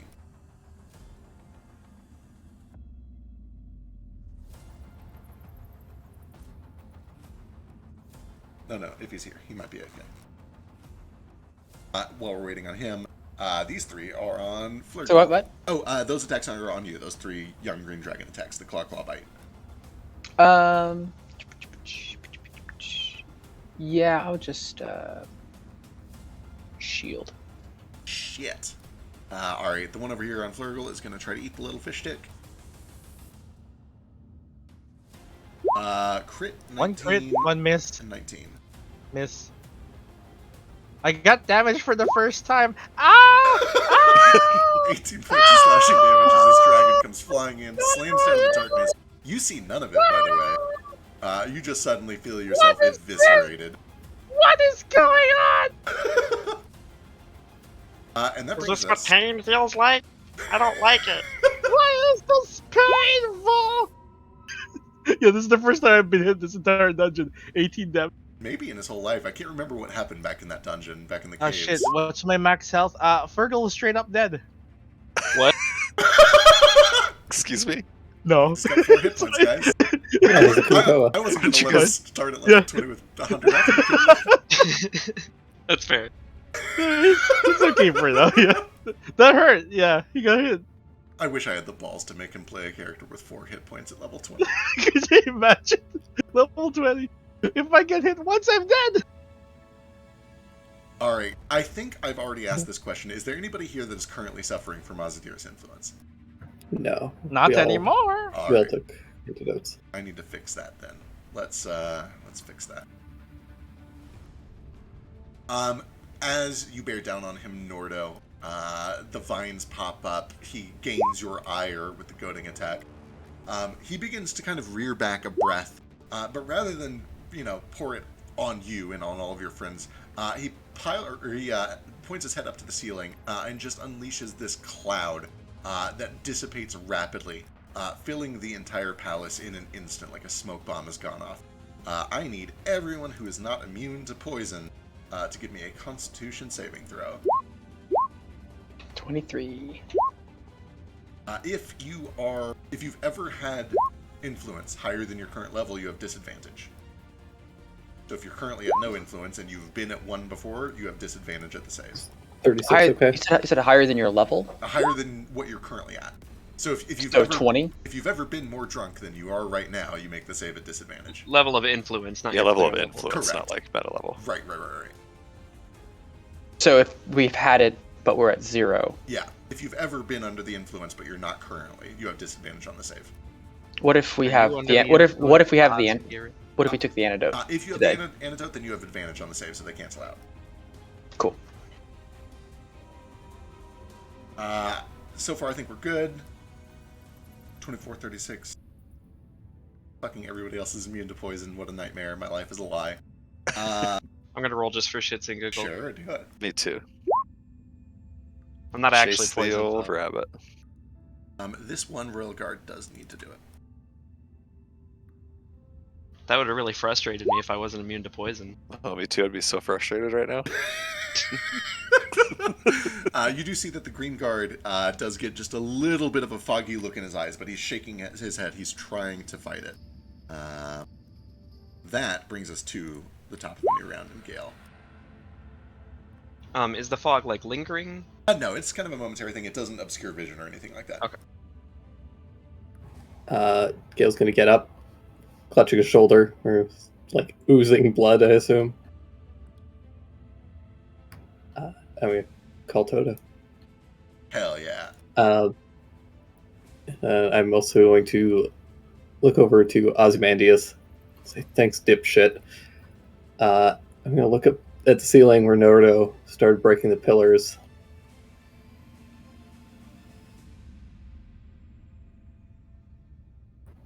Do I know the name of this blue guy? Give me a history check. Let's do it. Let's see how this goes. I need you to name every single one of these guards, Vic. You named one John Name on this already. guy real quick. One is John. His name is Navis. Navis? Navis, like Mavis Beacon, but with an N. Okay. Oh, okay. Did you guys know that Mavis Beacon isn't a real person? You shut your whore mouth. Sorry, Navis. Sorry, Nordo. Oh, I'll be just fine. Nora looks up to the ceiling like braces for the mud. He Yeah. knows what's coming.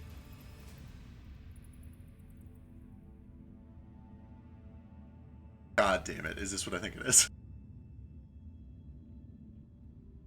Yeah. So, So here's the thing Yeah. about this, is that because there's an anti-magic field, it should just make a bubble of stone Yeah. around these guys, yeah, pretty sure that's right. trapping them inside so that, they can't fuck with us anymore. Yeah. So double checking. You're doing it on the ceiling, the mud drops down, and then it hits the anti-magic field and immediately reverts back to stone. Yeah. Except for outside of the bubble. This is truly terrible. I don't know why I didn't see this coming. I guess I probably should have. Alright. Let's resolve all of this one step at a time. The mud... Okay, so first of all, before we even get to the fun part, as you transmute all of this rock into stone and the mud begins to fall down, other things fall with it. Beds, dressers, armoires, furniture, Babies. chairs. No people that you can see. Chandeliers? However, yeah, sure, chandeliers for sure. But then, in addition to the furniture, you see glints of silver and, much more importantly, gold. Lots and lots and lots of gold. Cha-ching! All of the Gonna gold, kill this dragon. perhaps an entire city's worth of gold that has been brought to the palace and stored on the second floor. You watch as the entirety of the wealth of Storm Cellar begins to pour down through this hole in the ceiling that has just been made, drenched in mud, which then hits the anti-magic field and hardens into stone. Sorry, Nordo and these guards. So, okay. Creature on the ceiling, it falls dexterity save against 48 bludgeoning damage. Go ahead and give me 48 bludgeoning damage. Don't forget how 12. it's restrained. He sure is. It's piss damage. I think I'm going to rule the Dome of Stone as just like literally a wall of stone. That feels appropriate. Yeah, it seems Yeah. about right. So let's get these royal cards. The white one. What's your DC? A lot. Not 20. Or maybe it is. Yeah, DC 20. Excellent. So 6 for this guy. Navis. 6. They're on it. They're on it. The elite fucking guard. They know what they're doing. The 3 in there are safe because it forms a bubble around them instead. Norda does need a dexterity saving throw against that. I'm good. You're good. Azadirith with disadvantage because of restraint.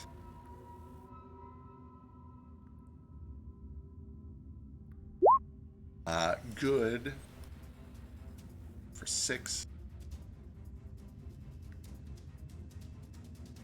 Let's see, anyone else? That guy is out of it.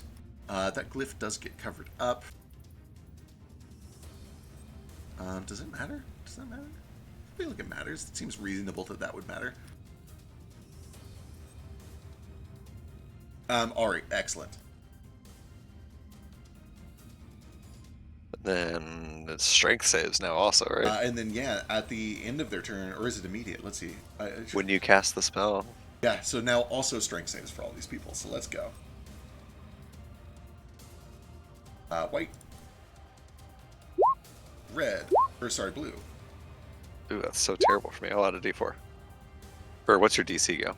20. Oh, okay, d4 won't help me then. If you want, you do have a bardic. Oh, I do have a bardic. Yeah, I will use the bardic. It might be a waste here in case of well, you don't have to worry about breaths. You're fine. Yeah, the breaths don't really bother me. I'm gonna blow my bardic here. It's a D12. That gets me up to 19, then I'll roll my d4 to make it 20. Cool. And also I get some temp HP or something on this, right? You do the same amount. Okay, I already have 6, so Oh, it doesn't. keep, It doesn't keep what I work. got. Yeah, keep what you got. Oh, plus your charisma modifier though. Oh yeah. That makes it 9. You can. Cool. Yeah, go that's up better 9. for me. Awesome. Sorry, what is that? Did you say you rolled a 4? I rolled a 4. Oh, then it's 10. Excellent. 10 temp HP for me. Thank you.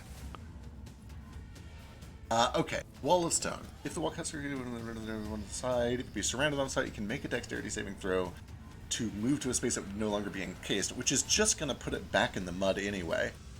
But I do think that being... sure, this seems reasonable. They get a dex save either way, so let's see what they do. We'll do top to bottom, red, red, yellow. Then they have to do it against the damage. They all fail that, and then they need to do the strength. Okay, they probably would have been safer inside, but instead their reflexes kick in, they Elden Ring roll to safety, take a bunch of damage, and then get stuck in the mud, except for middle red guy who's not restrained. And And then then they're become all calm. And then they become calm again because they're not in the anti-magic field. Son of a bitch. Son of a bitch bastard. beautiful. Is his head stuck in the stone wall? No, he's just. Well, he's just is he on the just got a ground? big spike. It might kind of be. We'll play with it. Hang on, let me see. Let's restraint on this guy. Did we Winnie the Pooh him? It seems He to may be. be Winnie the Pooh right He now. might be. I'll be okay with that. Oh, bother. It's only my ass now. Oh no, a poison breath weapon through the ass. No. This guy is like restrained 3 ways to Sunday. I think it's reasonable that as part of that flavor, absolutely, his head is locked in this stone mud dome that has been formed. And he's probably going to be able to break out of it at some point. He's a big fucking dragon. But yeah, for the Yeah. time being, I'll at least say it's obscuring his vision. He can't see any of you guys right now for sure.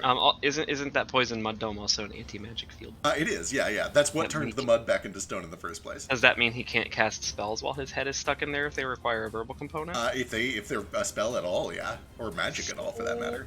Hey, he can just end concentration if he wants, though. Yeah, I guess that's fair. I don't know. Ozymandias did that, not Ozymandias. It did kind of seem like it. All right, excellent. I think that is all resolved. Anything else? Yeah, of course. I'm an artificer. I get 1,000 actions. Hell yeah. You think my turn is over? I'm gonna use my item interaction to toss a vial of the antidote to this guy. Okay, noted. And then Toto's gonna jump up. Potentially.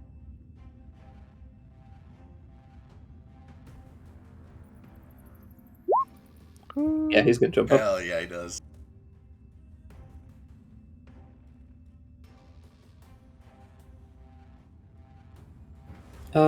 And Toto is going to... God, we have so many friends now.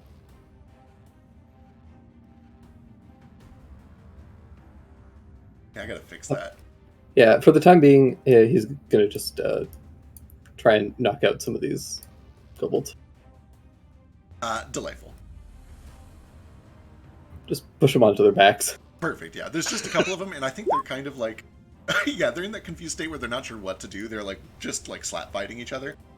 You're able to just knock one of them unconscious super easy. Now there's just one standing. Sweet. I've done my damage. I'm gonna reload my gun. And... yeah. Alright. Let's do this. Ozadira. It takes 8 points of necrotic damage. Sure does.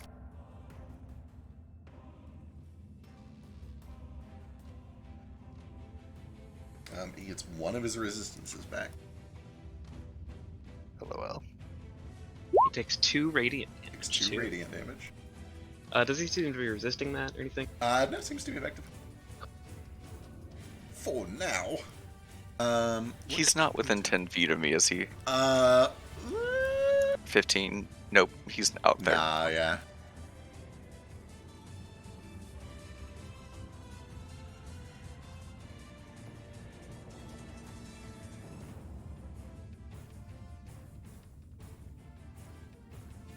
God, okay, how does the wall of stone? An object made of stone that can be damaged and thus breached. That's what I like to hear. Each panel has AC 15 and 30 hit points per inch of thickness. I have an argument that might make this more difficult for him. Sure. Every time he breaks the wall, the rock will fall into the dome. More mud will come in and then turn back into you're stone. right. He is so trapped that the more force he actually tries to use to leave, the more trapped he's going to become. It's like those quicksand rules that everybody thought they would Yep. need to know later in It's life. true. That is all absolutely true. I will definitely apply some penalties for that. Counterpoint, he's a big fucking dragon. He's He might also be able to do it. restrained. But yeah, let's... He also has disadvantage on attack rolls on targets other than me. It doesn't say creatures, Correct, it says yeah. targets. I think he has to try to get free. So let's... He's also a bit of a doo-doo face, don't forget that. Don't forget that he's a big doo-doo ass He is face. a bit of a doo-doo ass face. It also has 15 AC and he has a plus 19 to hit. So Right. He does have some things working for it. With that said, it's definitely immune to poison damage. I can't imagine why poison would work on stone. This is real shitty, Can he guys. breathe poison He also has in the anti-magic field? Boy, what a great question. This is one of the... They've specifically addressed this one. Yes, a dragon, although it is magical, a dragon's breath does work in an anti-magic field. They explicitly said that. Okay. Which is That weird. makes sense. It doesn't make any sense. But sure. but they say it is Of course it magical, right? They produce it internally. I'd have to go read it again. I think the way that they rule it is like it's magical but not a spell and not affected by anti-magic because it's like innate it's like biological magic or some shit. Okay. Yeah, I don't know. I hate this distinction. It's magic in the way like a waterfall is magical. it's magic. It's magic for the purposes of resistances. Wisdom from moat. Yeah. Okay, I have to get out of here. How do I get out of here? This is like Feck's nightmare, though. It is. Oh, wait. If only he was underwater. If only he was underwater. I think. Also underwater. So I Give me a minute. kind of has to choose between trying to break out with a bunch of attacks or just do one really big, huge athletics check to just pull himself free of everything. He also has disadvantage on all of his attacks. Yeah, which is strange. no matter what he does, he's going to have disadvantage. I think he's going to bank on the one huge athletics check. So I think if I was going to do this like a bastard, I would take the highest DC of the highest thing that's affecting him, which I'm pretty sure is a DC 20. But there's like 4 different things going on, and I think the DC should be higher because of that. I'm going to call this a DC 25. I also have one more question before you do this. Sure. How deep is the mud that he's in? So the stone ceiling, we'll be very generous here. I think that a palace would have 5-foot thick stone ceilings. Which means that there is a 40 by 40 by 5, whatever that volume is, that fell down, splatted, some turned into a field, and then it started to just spread across the ground. Probably a little bit more from like structural walls and stuff like that. So to answer your question, about 4 or 5 feet deep, spreading across the ground here. Okay. Here we go. DC 25 athletics check to end the restraint, which isn't going to move him anywhere. It's just going to pull his head free so that he can get out of the restraints and see things again. This is his whole ass action. Please don't fuck this up, Azadirith. Oh my god, thank you. With a roar and a look of fury, you see he just rips his horned head free of the stone dome, begins to shake off some of the mud, bites and tears at the red claws and or the vines that had burst up around him, and he'll use just like a little bit of movement to get himself away from that whole clusterfuck. To that, so is he actually free of like the restraints around like his legs from my vines? He was free of restraints now, yeah. Okay. But that is his whole fucking turn, which is not great. Sorry, carry on. Did he just move more than 5 feet within Basu's range? He's not in tunnel fighter stance, thank God. Thank Christ. That'll bring us to the kobolds. This one tiny kobold's going to go attack Toto, because God bless him, he's got to try. The question is he still restrained? Oh, right, he needs to save again at the end for being in that mud, doesn't he? So he also technically doesn't get to do the save against the vines until the end of his turn. Yeah. Technically. True. But if you want to give him an action to break out of it, I'm totally fine with that. You're God. Yeah. He would use his action to break out of the dome. Yeah, that's what I'm saying. Is like if that also broke the vines, that's fine. Right. So he just can't move just to stay in there. Let's see how the strength save goes. You've got to be fucking kidding me. What's your DC? For the vines, it's only 17 because it's from my weapon. Oh. Is he in the mud still? He is still in the mud. It's a DC 20 for the mud, right? Yeah.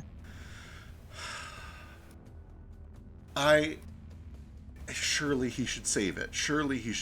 Right? He's got one of his like resistance dice back. Right. I'm trying to decide if he wants to burn it on not being restrained. I feel like you guys can just restrain him again so easily. You know what? That's fine. He's got one hand stuck in the mud. I think he's going to deal with that. At least he can see now. Not to teacher, but doesn't he have another roll? Like, wasn't that strength set against the vines? Oh yeah, no, he has one against the mud. Separate rolls. Yep. Yes, he's got another roll. Reasonable. That feels fair. It's 2 separate effects. Oh, thank God. Yep. All right. Oh well. And then that one lucky kobold lands a 20 on Toto for 3 points of piercing. I think 20 might actually hit. Oh yeah. Hell yeah. More little For baby damage. Toto's still my character. True. The penalty still applies. All right, we need to go in that charm person. So good luck to all of these tiny little bastards that come crawling around the corner. Swarm moat and try to stab him with 1,000,000 tiny daggers. All at advantage because of pack tactics. There's a couple crits in there. The crits are the only thing that hit. Alright, next to 3 and an extra 2 on those two. And if you can fail a DC 10 concentration check, please do.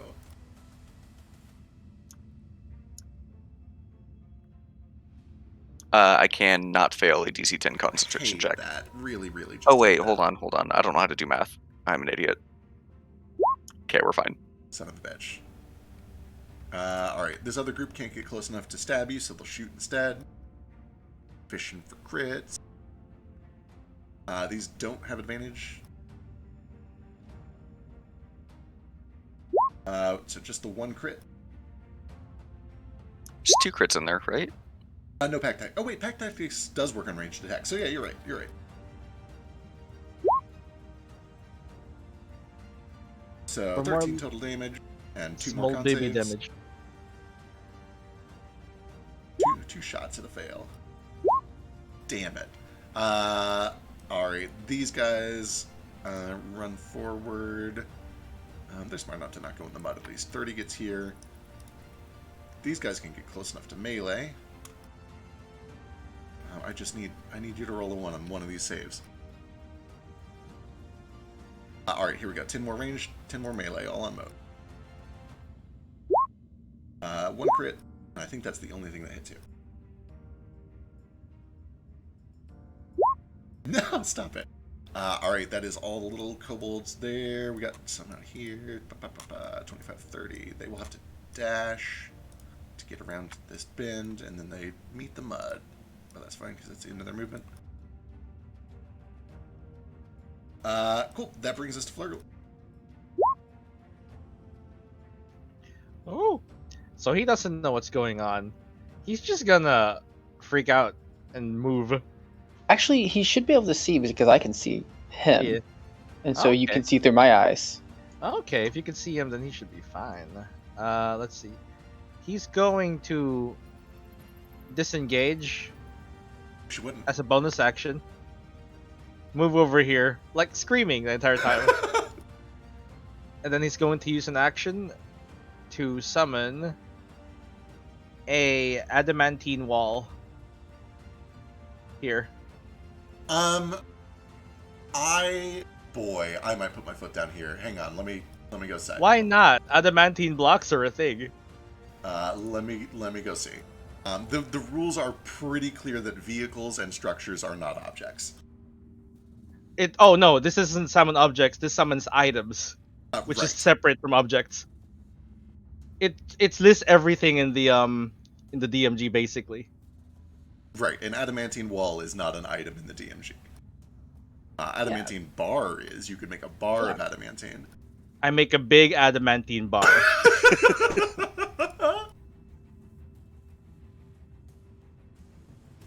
It has to be the same size. I can make up to size huge. There are no huge items aside from structures. So, there are 2 ways that we can play this. We can either play this rules as written, and you're only ever allowed to make things exactly as they're described in the DMG, which means you can make one adamantine bar that weighs 10 pounds. Or, we can play the nature of it, which is that you're making discrete items and objects, not walls and vehicles. You know why I say no? Because the maximum thing I can make is huge. There are no items that are huge. Unless it's a structure. Right, which is kind of the point. Yeah. Okay. But then why am I allowed to make something that's huge? I'm looking through here for a reason to allow this. I don't think that I can. Hang on, let me go reread the description real quick. I guess what he's saying is if he can make something that's huge, but there are no items that are huge, then why does it say he can make something that's huge? There's nothing that he can make that is huge. It specifies huge is the limit. Sure. Absolutely, rules as written. Right. And then also rules as written, there are no objects that are huge, so it's just there to future-proof. Right. More importantly, the nature of the spell is not... Structures. Is not... But again, it's not objects, it's items. And right. it lists and structures are in the items.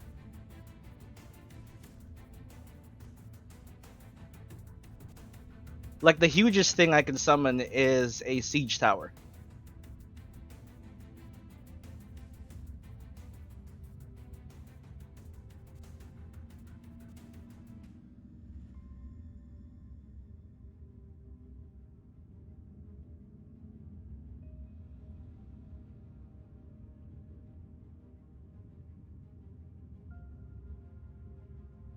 Reading.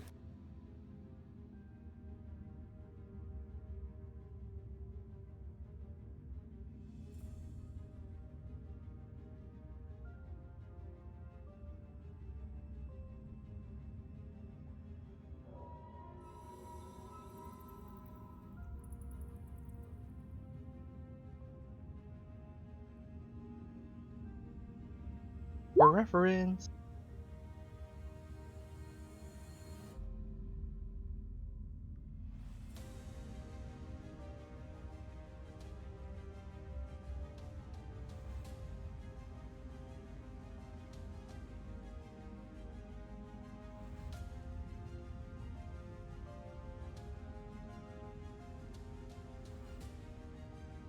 Okay, I'm going to stick to my gut here. I'm willing to research this more after the session, but I don't want to spend too much time on it. I think that by a strict... It's okay, I researched for you. I think that by a strict rules as written approach, this is not an item on the list of items, and by a nature of the ability list, this is not what the spirit of the ability is meant to do. I like the creativity. I don't think I can allow this. This sets an Okay, I incredibly wall of dangerous force it precedent. then. It's fine. Okay, perfect. Wall of force goes up. I assume it kind of cuts across the destroyed wall there. Yeah. Kind of blocking the door as well. Sick. Let's see. Like in this point, I think I can reach 60 feet. Yeah. So it kind of, as far as I can make it. Excellent. How long is it? Because you can get a whole bunch with that, I think. Like 60 feet. Let me test it. Sick.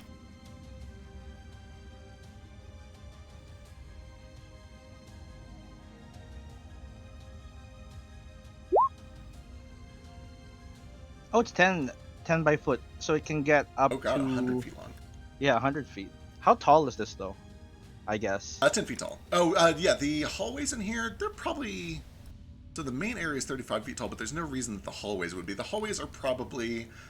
it's a royal palace. They're probably 20 feet tall. Okay, just enough to block people from the entrance, really. For sure, for sure.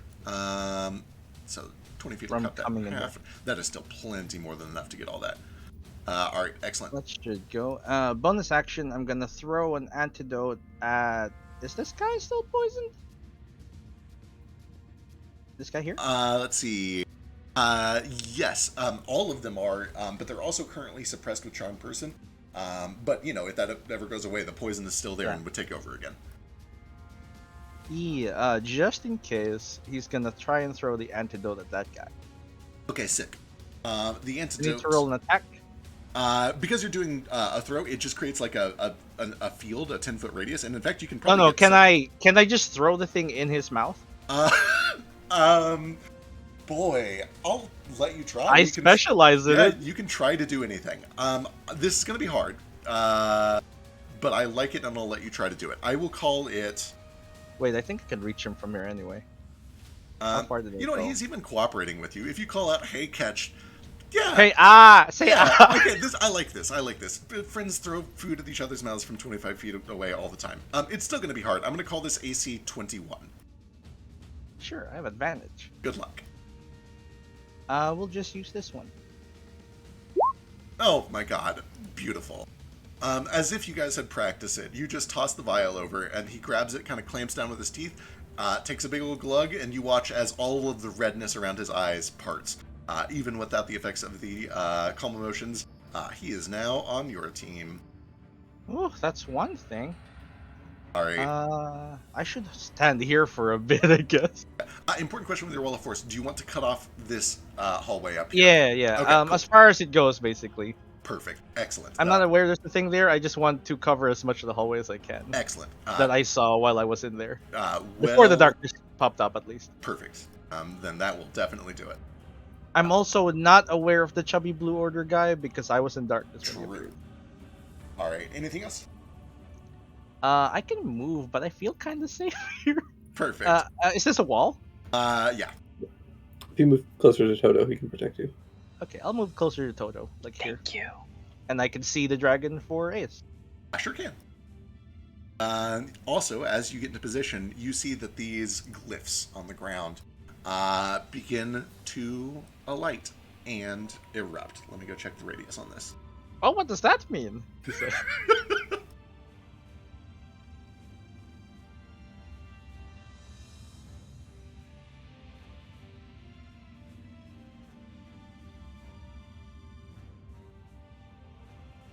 10-foot radius.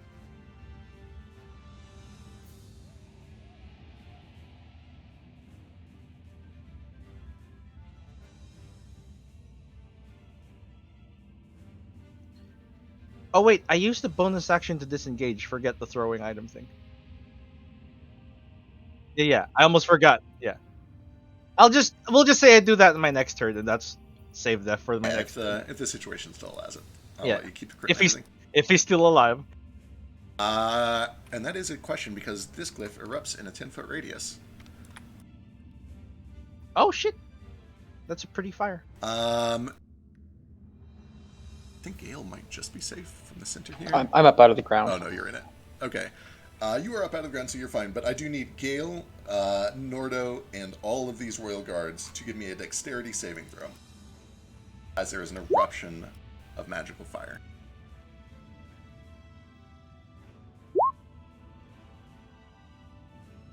DC 26. DC 26, She. my friend. This is Ozymandias. That's a really high DC. What's the damage type? The damage type is Choose fire. Outstanding. Halved from rage. And then halved again Eh. because I have evasion. Those poor So royal 7. guards. They can't succeed. And Can I then, see the guy who which one? did two not 20s? Yeah, that would be the red one next to Nordo. Yeah. Oh. I'll save it for my actual friends, maybe. And then, importantly, that fire lingers. It does not go away. Ooh, better step out of there. Does it seem to affect Oziter? I think he's just out of it. Let me double check. He is out of it. Okay, salad. I've played MMOs before. I'm gonna stand in that shit.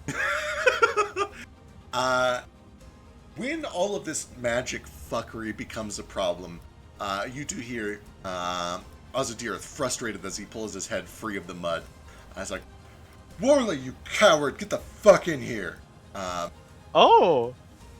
And you do hear the beating of wings as one Dr. Warley takes to the air and flies into the room.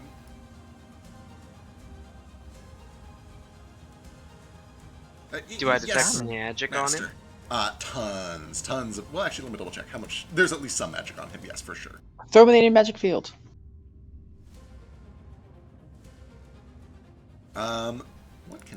What's he feel like doing today? How do we start this off? You see, unlike all of the other Warleys, that embedded into his chest, he's kind of got the lab coat ripped open down to about his belly button, and embedded into his chest is one of those dark black eyes, one of the ones that were down in the laboratory. And the first thing that it does is it fires a couple of bolts at Moat, who has +2 cover from those pillars. Like an Iron Man unibeam? Kinda, yeah. Maybe, I'm guessing, just based on what I know of Iron Man. I don't know what a unibeam is. Kobolds have belly button? No, they definitely don't. But if he did, that's where it would be. Okay. 22 and 20, I think both fucking miss. They sure do. Damn it. Hot. After that fires, he extends both of his hands and you see these contraptions begin to spin around his wrist. He charges some energy.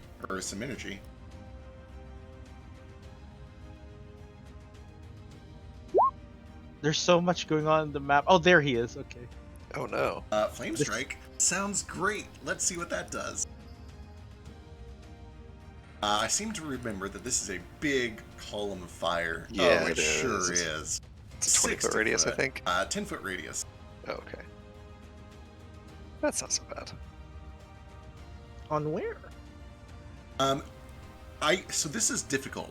There are better options, but also this is the smartest man in the room, and he knows that Calm Emotions is a bastard. I think he's going to have to try to get Mo with this. Yeah. Oh my god. So he drops it right on top of all of these. Let me kobolds! roll damage. The kobolds are almost certainly fucked. I don't think there's any getting out of that. This is 46 plus 46 plus 17. Yeah, I think that just insta kills them, especially with the 17 extra. That is a grand total of 43 fire and radiant damage. It just happens? There's not a save or There is a anything? dexterity saving throw. It is DC 20. Oh my god. Oh hey. I'll use my inspiration. with Okay, those kobolds. that's a I'll start with D12. that, and then I have Bardic if I need it. So you've got a D4 if you want to just Bardic and D4 that motherfucker. Yeah, so 14 plus D4 plus 1D12. Oh, 15 plus 1D12. Okay. Oh my son of god. a bitch. Shield Master to take nothing. No! And you take, you also gain 16 temp HP. Son of a bitch. Sorry, Shield 7. Master. 17 temp HP.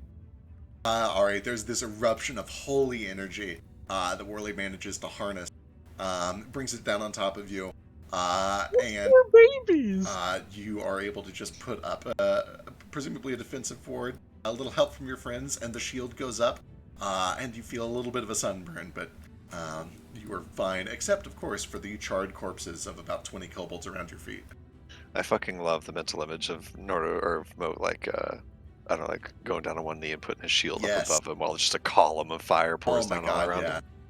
A handful of rings pop out and just, like, block most of it as it comes down. And, I and have like the fire. and the fire splits like a fork and Mhm. Yes. burns all the kobolds standing behind him. Yeah, yes. Oh no. And then, so you get anything else? Oh, right, of course. He's got an eyeball in him. Not today. What does that mean? That sounds so creepy. That's the end of Orly's turn. I think we need to do some legendary actions. We've done I've got at least 2 eyeballs in me. at least. Do I get legendary action? No. Isn't gardening a real word? Do you have a secret third eyeball? I don't know. Has anybody ever seen? The question is not Possible do you have an eyeball, but do you have a gump? Tell Gump? me about your gump, Oh! Vasu. Like Gump? Yeah. Is that what it's been called the entire time? All those implants? You got gumps in you? You have any gumps in you? Well- Ozymandias, actually, I think it's his turn for a good legendary action. I think he knows Well, just what Mom to do with always it. told me that life was like a box of chocolates. Is that a good Gump? The shade of Ozymandias looks to you, Ace, in your draconic form. This is just embarrassing. Please stop. The anti-magic field drops on top of you, and you revert. Oh no! No! He just has to get out of it. It's fine. I fall like, what, 15 feet? Sure do. A little bit of fall damage here. Can I do a dexterity saving throw to do a cool flip? You can, and no matter what you roll, you take 2 bludgeoning damage. But you can do a cool dexterity saving throw to make it look cool. I'll allow I mean, that for sure. For some he can't reason. fly, but he can at least flap his little. It looks You really know what? fucking Hey. cool. You know what? I'll Yeah. let you land on your feet. You still take 2 bludgeoning Hey! damage. I think you Okay. should have that on a he crit, dude. Come on. All right, fine. For some You reason. land on your feet and you take 1 point of bludgeoning damage. Yeah, I'm not going to split hairs over 1 point. Of I keep bludgeoning damage. concentration! it will save you. Thank you guys. That for being brings with us to Vasu. Oh no, Oh, guys, jeez. I'm missing 1 health now out of my total full health. This Okay, is what so- kills you. I'm just trying to. There's a lot to soak in on this map. There sure is. It's a busy So fight. I'm sorry. that's an anti-magic field. I Yes. don't know what this purple shit over here is. Don't stand in it. It's bad Fire. fire for Let's sure. say- Got to. Hey. That's the mud, Yes. which I don't have to worry about. Lots of gold in it. Gold. You said. Tons of it. Yeah. Hey, for the record, the anti-magic field, is it like centered 15 feet up and it's like a sphere? Um, Basically, you wondering if would've- I'm you in would've- it. You would have dropped it like right on top of Ace, so yeah, that seems reasonable. Okay. And which one of the? I guess I can probably like position myself. I don't know which one of these is the actual dragon, and like if the sprite is actually relative to how his body is oriented on the map. Kind of. It's here. I should probably just like draw a big circle for his actual hitbox. I just want to know where like his head is Right. and whatnot. Hey, that's his hitbox. Let me draw a hitbox real quick. It's bigger than I thought. I kind of wish we had mini so we had like extra scale. Yeah, that'd be nice. Can imagine standing on top of its head. Like maybe an isometric map. Well, an isometric isometric map would actually make this worse. Will it? That's the one where it's I will 3D sing- and you can go around, I right? will sing the praises of hex maps all day. It doesn't get any better than a hex map. Yeah, hex maps are mid. They're the hipster grid map. Hipster? Hex maps are like old school. Hex maps are That's like the oldest maps. No, Yeah, grid that's what maps are the hipsters oldest do. map. No, grid map. I don't know the answer to this. I would put money on it though. I would almost guarantee that for tabletop and wargaming, Hex predates grid. The only complaint I have for Hex is that you can't move in a straight line, apparently. Well, that's also true for square if you're trying to move diagonally, right? Like you can move in Diagonally, yeah. You can move in 6 straight lines on a Hex map. You can only move in 4 straight lines on a square map. Anyway, that's his hitbox. Red circle. Oh, it's smaller than I thought. I thought it was. I thought he was gargantuan. He can't be the size of a mountain and only be that big. Okay, here's what I'm gonna do. I'm gonna dash past to get right up in Whirly's face. Any attacks are at disadvantage. He's definitely gonna take it for sure. Classic. It's a poison dragon against Vasu. Of course, he's gonna take the opportunity attack. They're not He has fucking crit. disadvantage if he attacks anybody but me. True. Lots of disadvantage for lots of reasons here, but I can't not bite with the poison snake on a fleeing Vasu. Fleeing. 26? 26 does hit. Fucking. My only regret is that I used a bite instead of a claw, so that you're Oh, it's restrained. piercing force, right? It's It a is. fucking worm. Yep. 21, 14. Yeesh. 35 total damage. Hey, leave Worley alone. I just realized where you're going. Yeah. Thank So first you. is going to be an attack at him on advantage because of the dash. Correct. 32. 20. Yeah, 32 hits. Is he concentrating on anything? Is that concentration?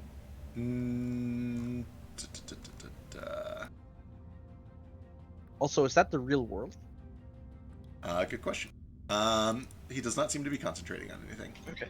You did say that he had like gems and stuff in him that the other Whirly things. Yeah, did at not the very have, least, so. there's a big fucking black eye in his chest, like almost the full width of his torso. Does it feel like punching a snowman when I hit him? You can nat 20 an investigation check for it if you want. I don't think I should Good. give that info for free. Is that an action? No, but I'll let you if you roll a d20 and get a 20, I'll tell you. No, you're not sure. Okay. Either way, I need him to make a con save. He can do that. Can he? I mean, he can try. You hear in your head, thanks, Vasu. You're welcome. He's stunned. Yeah. Still stunned? Still stunned. Oh, thank No! God. That's fine though. Another He's gonna run out of those real fast. That's another hit. con save.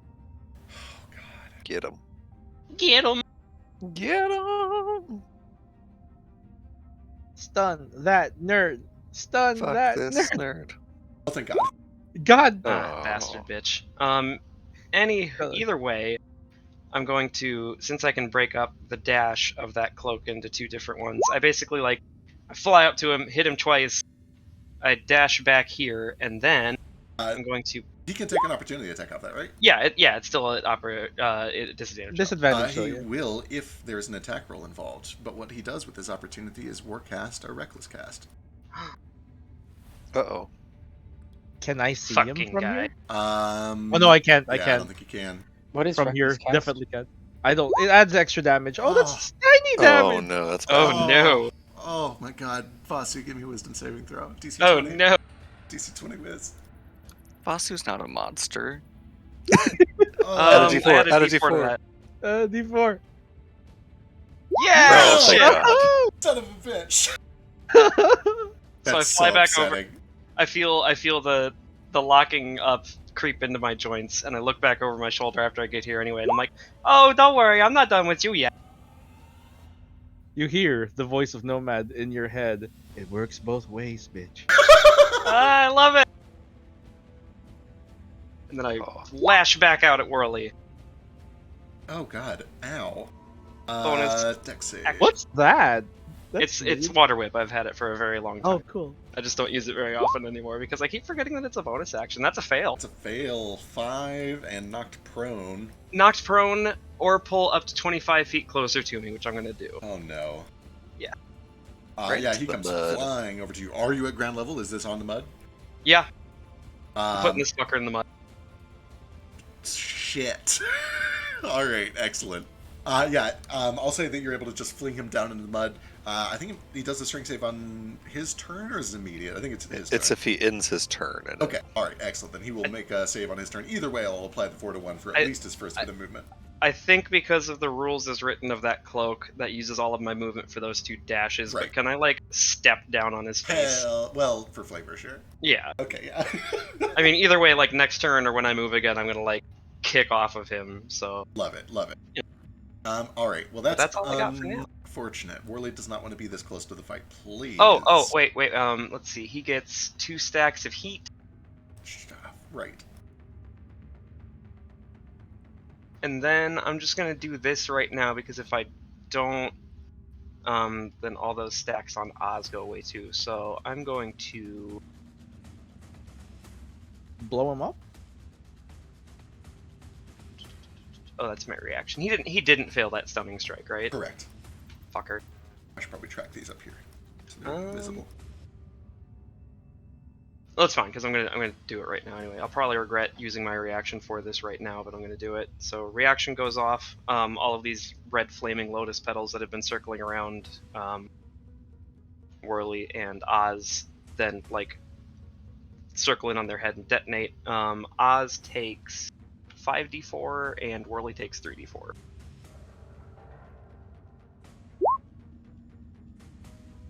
So 13 for Oz and 10 for Whirly. And I'll make that radiant still if it matters at all.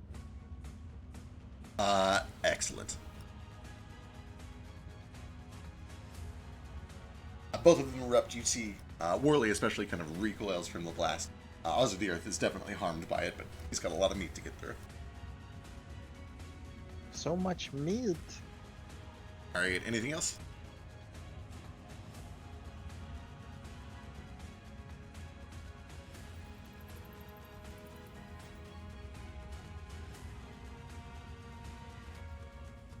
At the end of your turn, Ozymandias is going to do a legendary.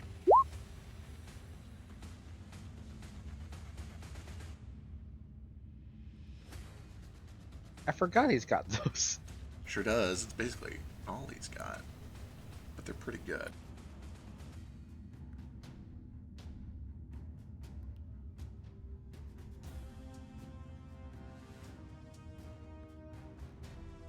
We'll drop a sigil on Moat.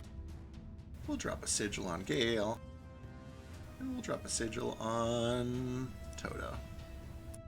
That's where the fire came out last time, right? Sure is. I assume that this fire is like when it touches the anti-magic field just stops. Correct, yes. There is like a little safe cavity in there. Although that's kind of up high, right? The sphere is above us. True, yeah. So it's kind of just like it reaches up a few feet into the sky and then you can see it licks into this invisible sphere. So where's the top? Where's the bottom of this sphere? It would be like the very tip of it is like a couple inches off the ground.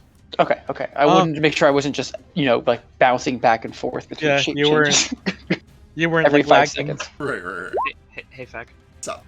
Can I be a real bitch just to chip a little bit more damage because that's my role in this fight? Sure, go for it. Could I have just like saved my reaction to it because I can do it anytime because it's reaction until Oz's turn came up, so he does still take another D10 of damage at the start of it. Before Yeah, that's fair. Cool.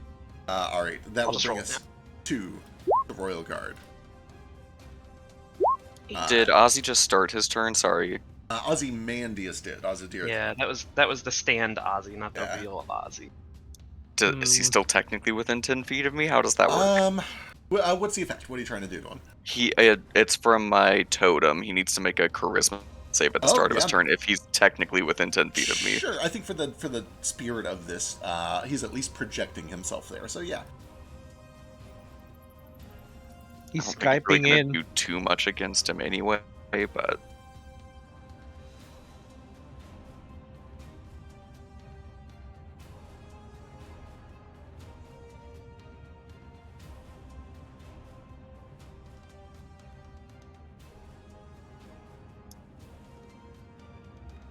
so it's a DC 20. Yeah, he's totally fine. Holy damn. Even on that one, he would have succeeded. Sure would have. Yeah, good to know. All right. Delightful.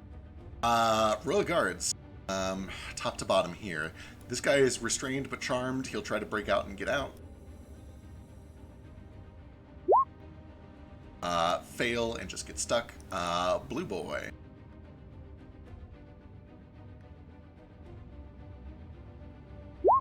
Is able to pull himself free. We'll use 4-to-1 movement to... actually, I think he, instead of getting out, pulls himself over to Worley and starts going to town on Worley. I think that is going to be more useful here. Hell Attaboy. yeah. Yeah, I step aside to let him fuck him up. You watch as this enormous blue kobold... let's see, which one are you? Where are you, friend? The Blue Knight. With this just massive two-handed cleaving blade, drops it down 3 times on Worley. Oh god. Ooh. I think the first one was good. 4 times. Counting is hard. Does he have advantage? Third one good. Should be good Yeah, too. third one's also Yeah, good. he's got 21. pack tactics. Because I'm a friend. Friend. He's a little muddy, but question. he's cool. Yeah, he'll take it. Okay, 24 from that and 15 from the second one. A couple of these blows do land. Worley is able to kind of... It's weird, he brings up his arm, but you can hear that there's like metal bar running along the inside of his sleeve. He's clearly got some sort of a suit on under his lab coat that is able to take some of this damage. But 2 of those are good hits. You hear the snapping and bending of metal under there. Let's see, that brings us to Yellow, who is restrained and wants to be free because he is in the fire, and that is unfortunate.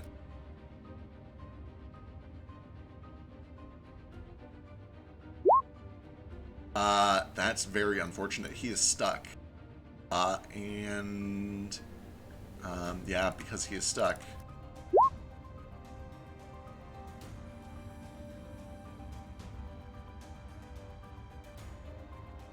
Takes another 15 fire damage.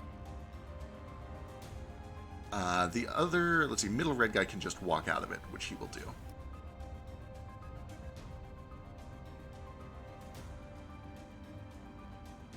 He'll come over here and he's going to swing on the little green dragon.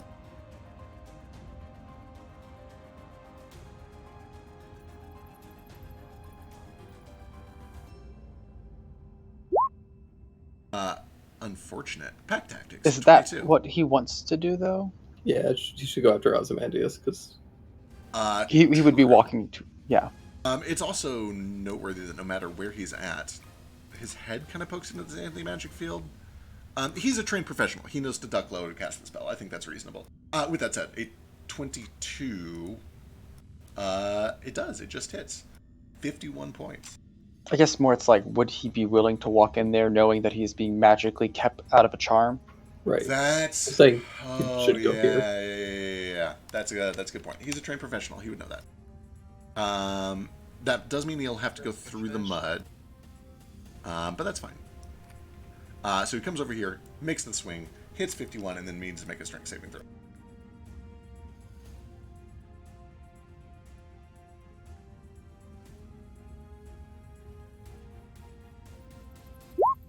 Becomes restrained. The other red one stays restrained. And that one takes some damage. But he can also swing while he's in there.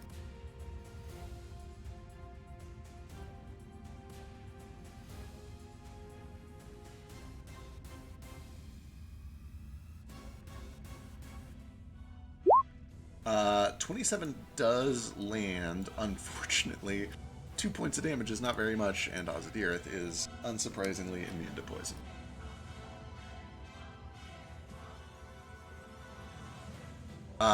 Let's see, green and then black. Green has a little bit on here, so he needs to make a wisdom save.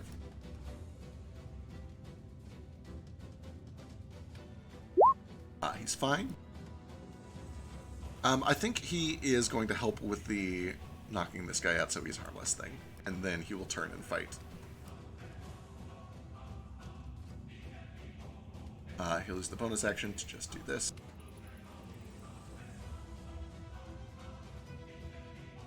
There we go. This last kobold drops non-lethally.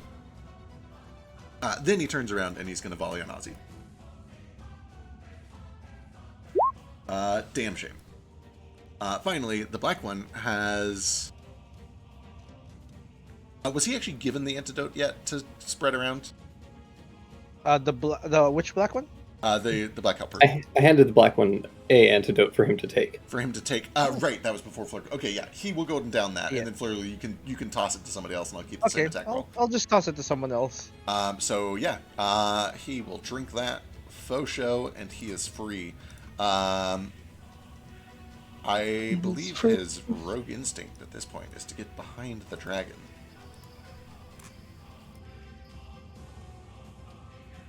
Alright, excellent. That brings us to another legendary action. This time, Ozadirith.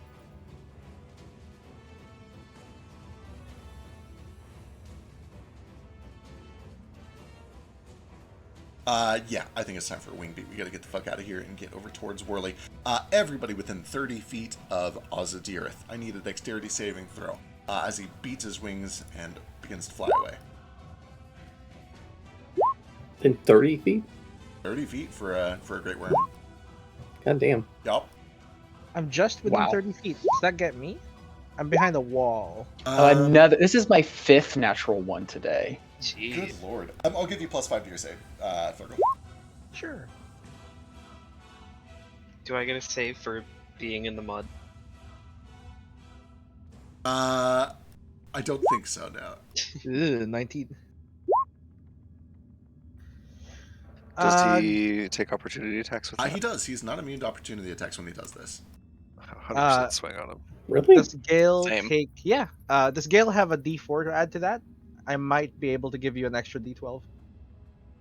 And yeah, you've always... So I haven't said anything because I'm a good player and I know how to be a good boy. But you've always ruled that wing beat is a free disengage, and it doesn't say that anywhere. It's just regular movement. It absolutely used to. It definitely doesn't. Then Do I have Bardic or still just a D4? I can't remember. you have Bardic if you haven't used it yet. I have not.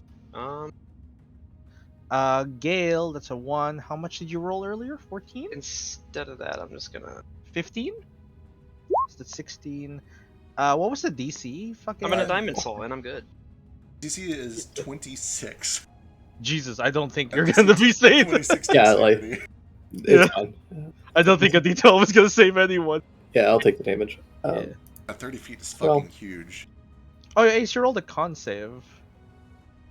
Well, dragons were underpowered back in my day, so Great Worm's pretty good. Back- Pretty good unit. back when I was running them, they needed the boost. So Yeah, to be Yeah, fair, it's Great number Worms one. are way better than Ancient. Alright, I think White is safe. Here we go, we're gonna go top to bottom. They can't save, I don't know why I'm even rolling. These all fail. Every one of these fails. Takes 20 points. Is knocked prone. Did you say 20 points? 20 points of bludgeoning, and you are knocked prone. Sure.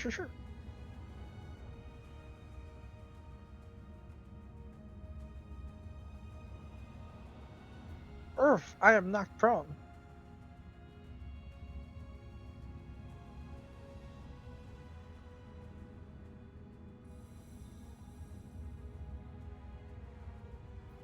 Vasu got 20. Diamond Soul.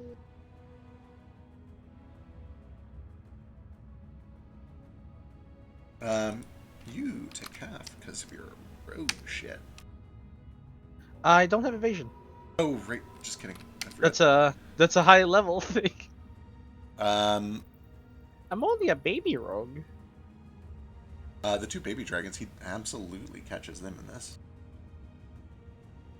Those are babies. I mean, for dragons. They're not quite babies. They're They're Just- young. children. They're just dragons. They're- They're just They're the, they're just straight up. They're the dragon equivalent of an 8-year-old, which is Right. kind of a weird, hazy... I don't know. Dragons are fucking weird. Like, this guy could run a village, but also he's practically an infant. Okay, that was legendary action. It brings us to the Abishai. That's a fucking wall of force, which they just don't know about at first, so they run in and try to get to it and smack into it. Oh god, their blink thing doesn't let them get past that. I think they have to start running fucking upstairs, which is the worst. They use their bonus actions to warp as far as they can get towards the stairs, and then you see them disappear up the stairs. Wait, they can't blink through it? It extends into the ethereal. Oh yeah, plane. ethereal Yeah. plane. Yeah, that's fair. Bye-bye, Abishai. That brings us to Ace. Okay. A few questions. Yes. Magic items, like, they just don't work? Suppressed, And- correct. Okay, cool. I guess I'm gonna use my half my movement to stand up. Actually, wait. If I were to just crawl, I wouldn't lose half my movement speed, right? You crawl at 2 to 1 speed, so effectively the same. Okay. Then I use half my movement speed to stand up. Then I'm gonna bonus action disengage, and then step out here, and then turn into a giant dragon again, Sure trying do. to move, not get into the anti-magic field. Yeah, it's kind of this weird, like, awkward, Gary's mod thing where you, like, clip out, turn big, turn small again, clip out, get a little bigger, turn small again. But eventually you pop out at full size. Okay, so that was 15 feet of movement speed. So since I'm a dragon, I have 80 flight speed. I had to use half my movement to stand up, so it would give me 40. I used 15 movement. So does that mean I still have 25 feet of movement? Yes, that sounds right.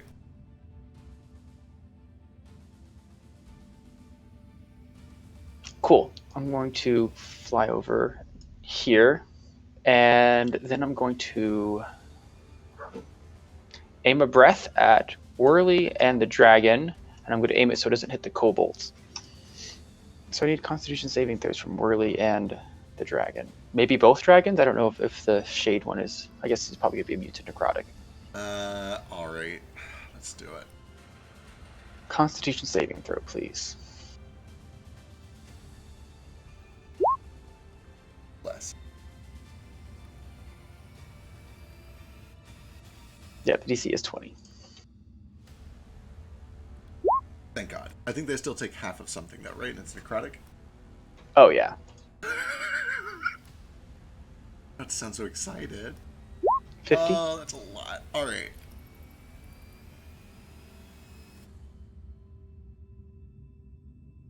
Wave of necrotic energy. Actually, what's the length of that? Because it might get the yellow guy in the back. 90. I'm trying to aim it so that it's like... Gotcha. doesn't hit. Totally forgot that yellow guy. I'll give him a turn after this.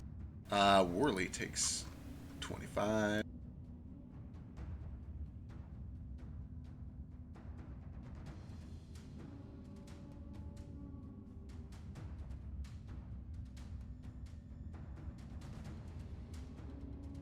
Alright, excellent. You were able to just kind of send it straight down the middle, hitting Azadirith and Worley, pinned in the mud here. Does the the skin begins to crack a little bit? is the Shade King, I'm assuming, just unfazed? Seems as unfazed. necrotic? Yep. Does he seem like he's like empowered by it or anything? At the very least, you do notice that when Azadirith recoils physically, the shade seems to be like tugged along with that, sort of.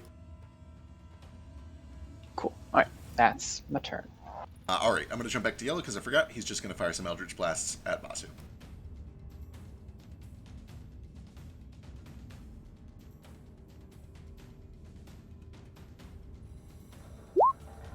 Oop, wrong guy. That's the yellow guard. Forgive me. Have some of these instead. 20, 24, 21, 19. 24 hit. All right, 4 points of force damage, and you are blown back 10 feet. As Ace is approaching, you smack into his shoulder. That'll bring us to another legendary action. Yeah, got to before Moat does more dangerous shit.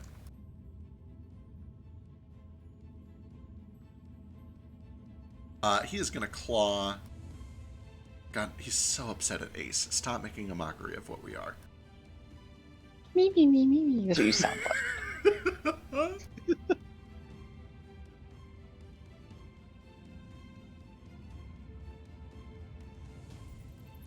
Yeah, actually.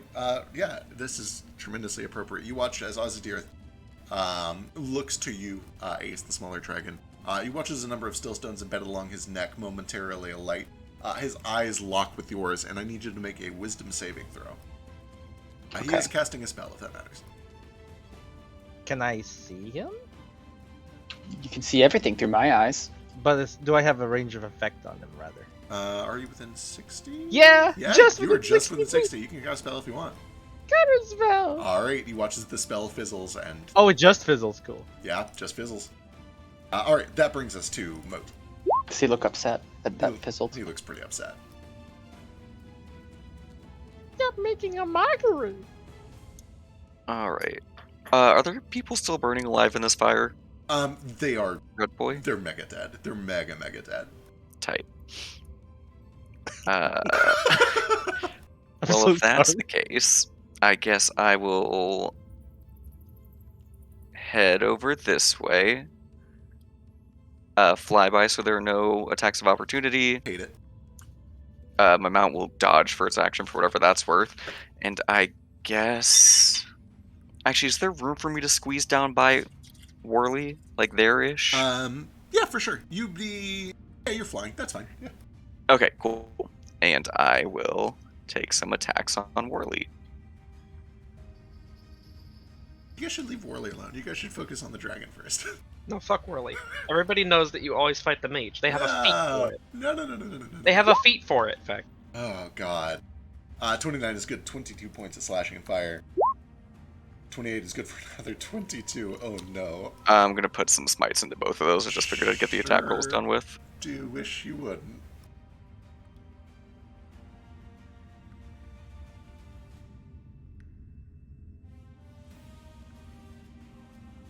And just baby smites.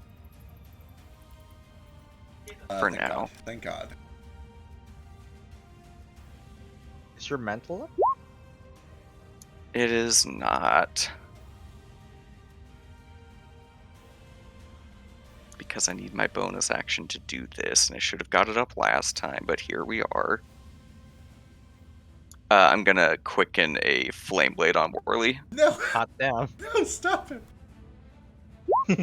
Oh no! Oh, thank fucking Christ. D4, oh. D4. Yeah, D4, and you have a D12, right? No, you used it already. It's D4. Yeah. Oh, thank God. 16. I'll use my reaction to plus 10 that. 26 is the total then? Fuck. Yes. Fuck my life. I cannot shield a 26. 27. Fire comes crashing down. Very similar to the Sacred Strike that he just dropped on you. And he smites oh my God, again. that's a big smite. 2 babies and a big boy. Charred, blackened across his face, coughing, and for the first time since you guys have started fighting him, fearful. Truly afraid that there's no backup here. He has found himself in deep shit very quickly. And then Conviction, if it comes up, on Ace, Vasu, and Nordo for now. Alright. Cool. Alright. What can you even do? That is so bad. Yeah, I guess you have to do that. Footsteps up the stairs. Off you go now. No more legendaries there. Do I have a... Ooh, I could do legendary here. That doesn't help. Nothing there helps.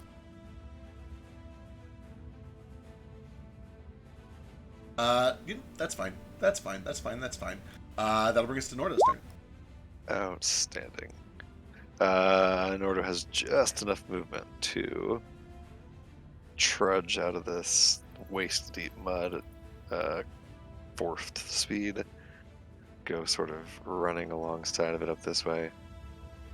That leaves him with 10 feet of movement left right there.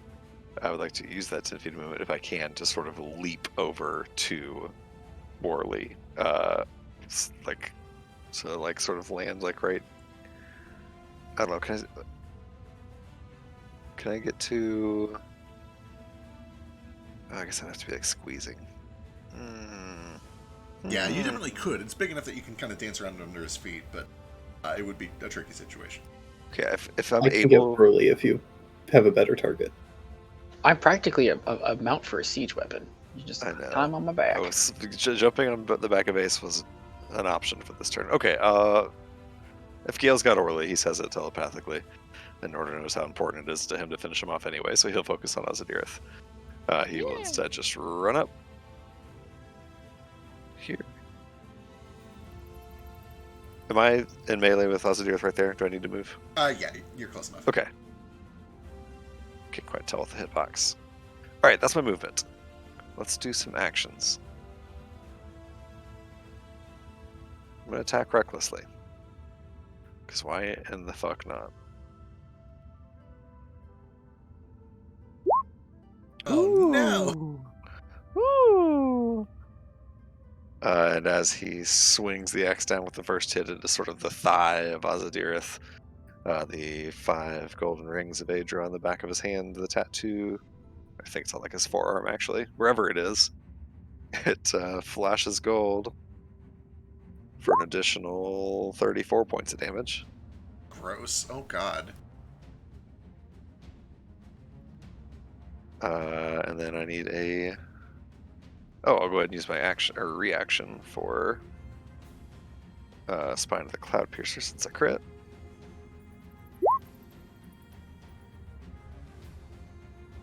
Okay. Strength saving throw, please, from him.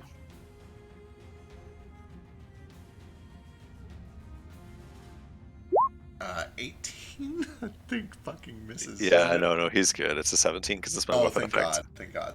Hate it. Alright, that is my first attack. I assume a 17 would have missed him. Yes. Second attack.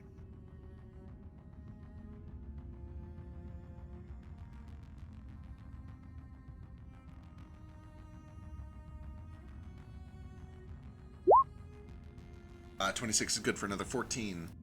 Another strength save.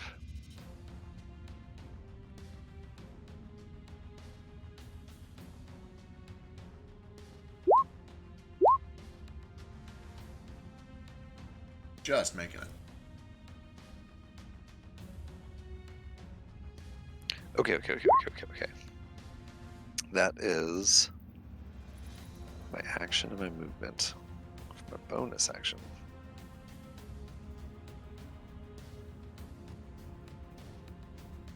So many options. Racket shit. I'd like to wreck it shit, but more than I would even like to wreck it shit, I would like to Nordo will take 2 big cleaves with the axe into sort of the thigh of Azadirath, and then he'll just kind of slam his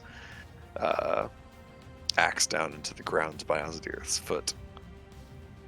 And in a 15-foot line, sort of through Azadirath's back legs and towards that pack of dense kobolds. I'll do...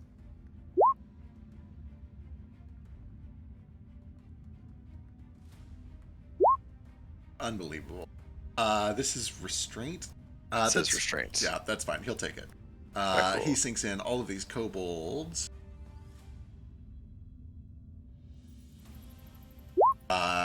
begin to kind of fall into it a little bit. They're also restrained by the fissure. Okay, cool. Fissure opens up in the floor, sort of clutching onto Azadirath's foot, and these kobolds sort of just get squeezed in there, out of the way, hopefully. That is my action, my bonus action, and my movement. Oh, you know what? Is it too late for me to add a superiority die to that crit? Because I totally forgot about it. Go for it. Thanks. I will add another goading attack to Azadirath for additional 7 points of damage, and then a wisdom save.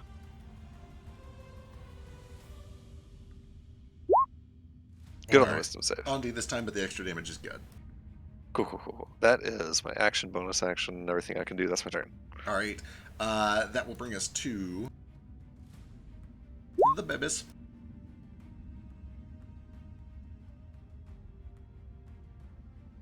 I think it's time to do some dragon shit.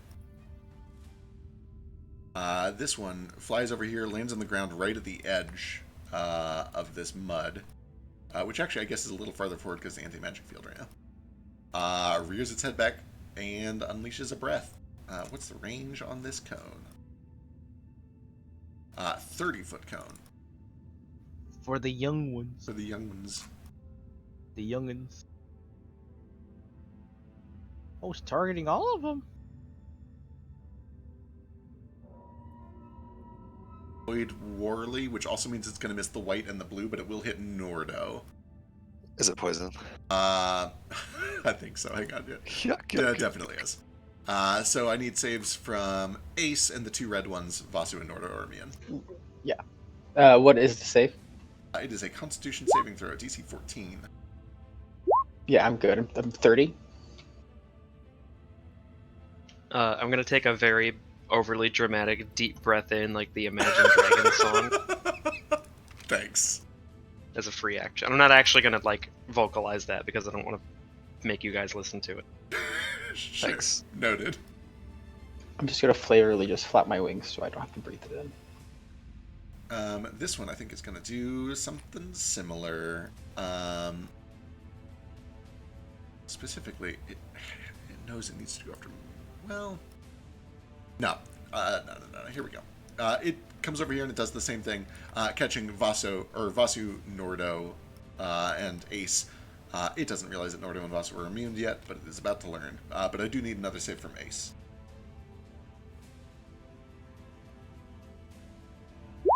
Hold on a second. Let me do my con save for the concentration. Oh yeah, that's important.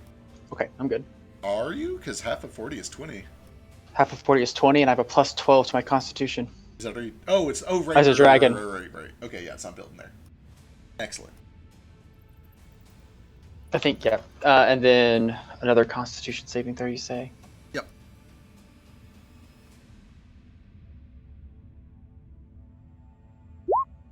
24. So half. Half of that, down to 23 poison. 23 for the save. I'm good. Ooh. It was 23 right, halves, that, yeah, and then right, half right. again. This dragon over here, with the blind sight, tries to breathe in here, hits a fucking wall of force, and it all goes to waste. Son of a bitch bastard. It will then fly out here to get around that. I think blind science can sense the wall of force at least. It might have, but Yeah, either way, it might have saved it. it's not too terribly smart yet. Alright, that's fair. They're learning. Brings us to the top of a new round.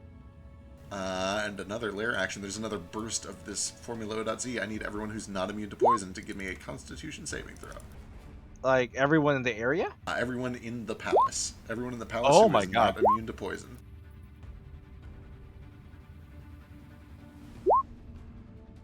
Again, And legendary resistance is what? D6. D6. D6.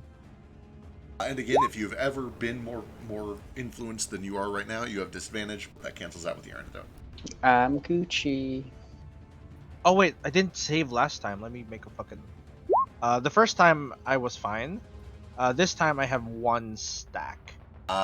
Excellent. Okay, so you do have a stack now? Yeah, now I have a stack. Sick. Remember Actually, let me. I forgot I have it. No, I already used my reaction. So yeah, I have a stack. Did you roll with advantage last time? What? Didn't you take a potion? Oh yeah, that's just fucking. Hold on, let me check the first one then. 17 still fails. Yeah, I have a potion, but I used my reaction, so I can't increase this one at all. All right. Yeah, I failed the second one and I have 1 stack now. Noted. Remind me when your turn starts. So you got a stack. Sure. I don't know where to put that. Let me. I'll make a green dot on me. Yeah, the green dot or like the little bubbles is what I'm using for everybody else. Yeah. All right, that brings us to Gale. All right. Question: Yes. Are these boys dead? No, they're hardy. They're making death saves. Okay, I'm gonna trust that they can survive a turn. What happened with this pillar? It was crushed kind of at ground level and then splintered and broken, fell on top of Ozadirith, kind of in this direction, and then clattered into like rubble. That area is probably, it would be difficult terrain if the mud wasn't already there. Okay, so there isn't like a solid pillar that I could run across. There's like bits and pieces. You could try it. I'd let you try that for an acrobatics check. That happened before or after the mud fell? It was before the mud. Gotcha. I mean, it's still going to be slippery, but it's better than being waist deep in mud. Right. I would call it difficult terrain instead of 4-1 terrain.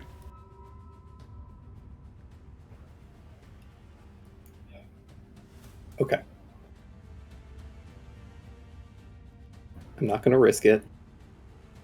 But Gale is going to take out a little vial and just the little needle and stick it into his neck, just like crackling lightning. Ooh.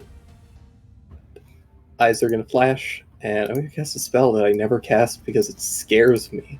I am so excited.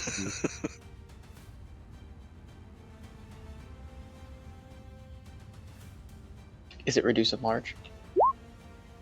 Oh, that is oh. scary. You do have good con saves now, at least. Gets real low. The gentle hum of the anti-magic field 10 away from you. A little frightening. I'm gonna try and like do some acrobatic parkour shit by running up this wall and hopefully do some kind of crazy leaping over some of the mud if I can. I'm into it. It's going to be some pretty crazy leaping. But what is your normal jump speed, and I'll let you dress it up with some athletics or acrobatics. Let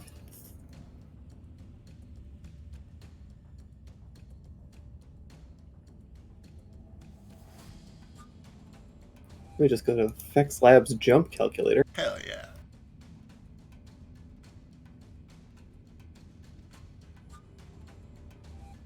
What a handy resource. My normal long jump is 13 feet.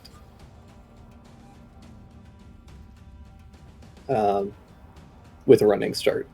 Okay. And my high jump is only 4 feet because I'm very short. I will let you try to push that with some cool stuff. There's going to be risk reward. We'll I have haste. Oh yeah, you have haste. That's right. Haste helps a lot for sure. Okay, so I'll say that with the haste, you could just do a straight up run and land in the mud right here at 20 if you wanted to. However, if you want to try to do some cool parkour, for a DC... it'll be an acrobatics check. We'll say that on a 14 or lower, something goes really wrong and you just land 15 feet and get stuck in the mud. On a 16 or better, you're able to push it out to 30? Yeah, that seems reasonable. 21 or better, you're able to push it out to 35. So 16 and 21 are your two cutoffs. I'll just take the 20. Okay, fair. And while I'm flipping in the air, use my haste action to shoot Worley. Hell yeah.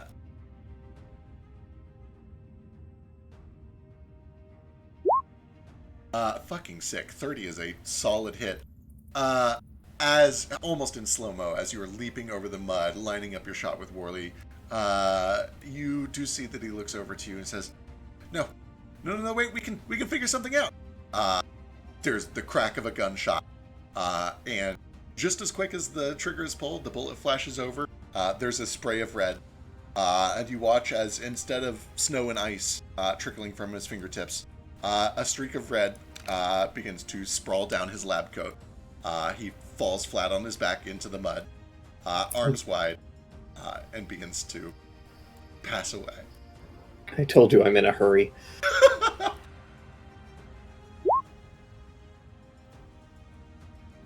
I think I need an acrobatics to land.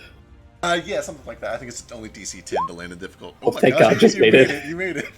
All right, good shit. And then you do land in the mud and have to make a strength save at the end of your turn if you stay there. Well, I got nowhere else to go, so. All right, good luck. Actually, I can trudge some of my. Sure, you have a lot of movement with haste. Yeah. I want to. Can I get under kind of like ace and squeeze myself up against this pillar so that I have as much cover as possible? Yeah, absolutely, for sure. Okay, cool. So I just want to be like out of line of sight from us to Earth currently. Absolutely. Seems like a good idea. Yeah, at the very least, you've got full cover. I mean, he's a big boy. He could probably find a way to get line of sight if he moved a tiny bit. But yeah, you've got a lot of cover.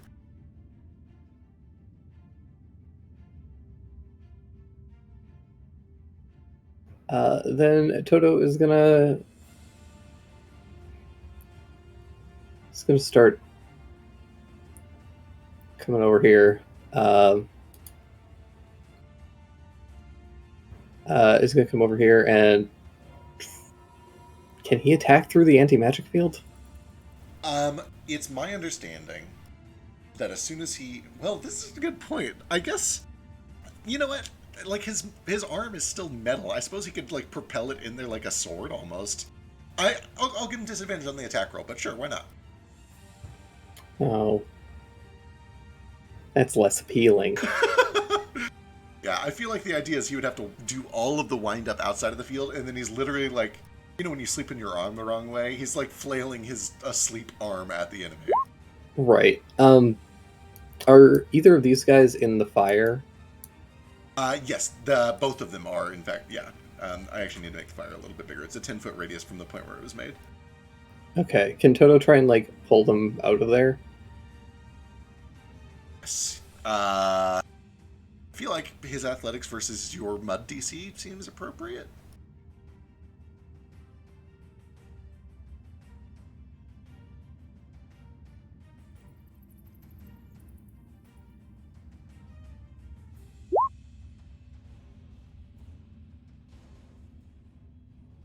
I'm trying to think of any reason he would have advantage. Because he's a good boy. Because he's a good boy. I think the mud is... I think he's stuck in the mud. 19 is close, but your DC is 20, right? Yeah. Yeah. He starts pulling, but unfortunately, this guy is stuck from the waist down in mud. It's very difficult to pull him free. Fair enough. Can that count as an attack?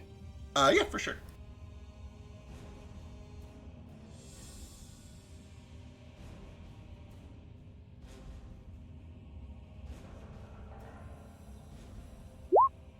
God, I roll such piss healing all the time. No. It's still better than nothing. Absolutely.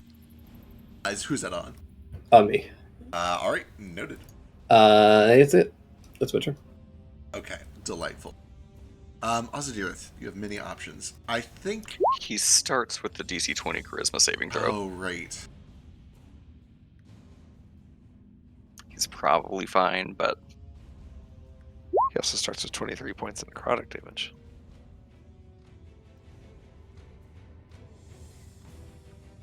He does make a 20 on that one. That was for Ozymandias. This is Ozadirith. Oh, that's a different guy. Okay, makes the charisma save 23 necrotic. Yes. Does Philo deal any damage at the Right. beginning of his turn? I think that is on Vasu's turn is when he takes that fire damage, but I might be wrong. I did already roll it. I don't know if you added. Oh yeah, that's right. Yes, and I already did. I need to take those tickers off before I forget. I forgot you did the extra D10 to it as well. Okay. He's a dragon. You're all in one direction from him. I think it's time. I think it is time to do the dragon thing. Bring it, nerd. He's going to step back a little bit so he can try to catch all of you. Opportunity attack? Ah, where's his hitbox is right. Yeah, it's the No, red I don't circle. have one. So if you were touching the red circle, you can make an opportunity attack. Opportunity. Where's his It's red only within circle 5 now? feet. It's not your reach, right? It's within your reach, yeah. If you have a reach weapon, 33 is good for 17. Oh no, I used my reaction. Shit. Yeah, I did too.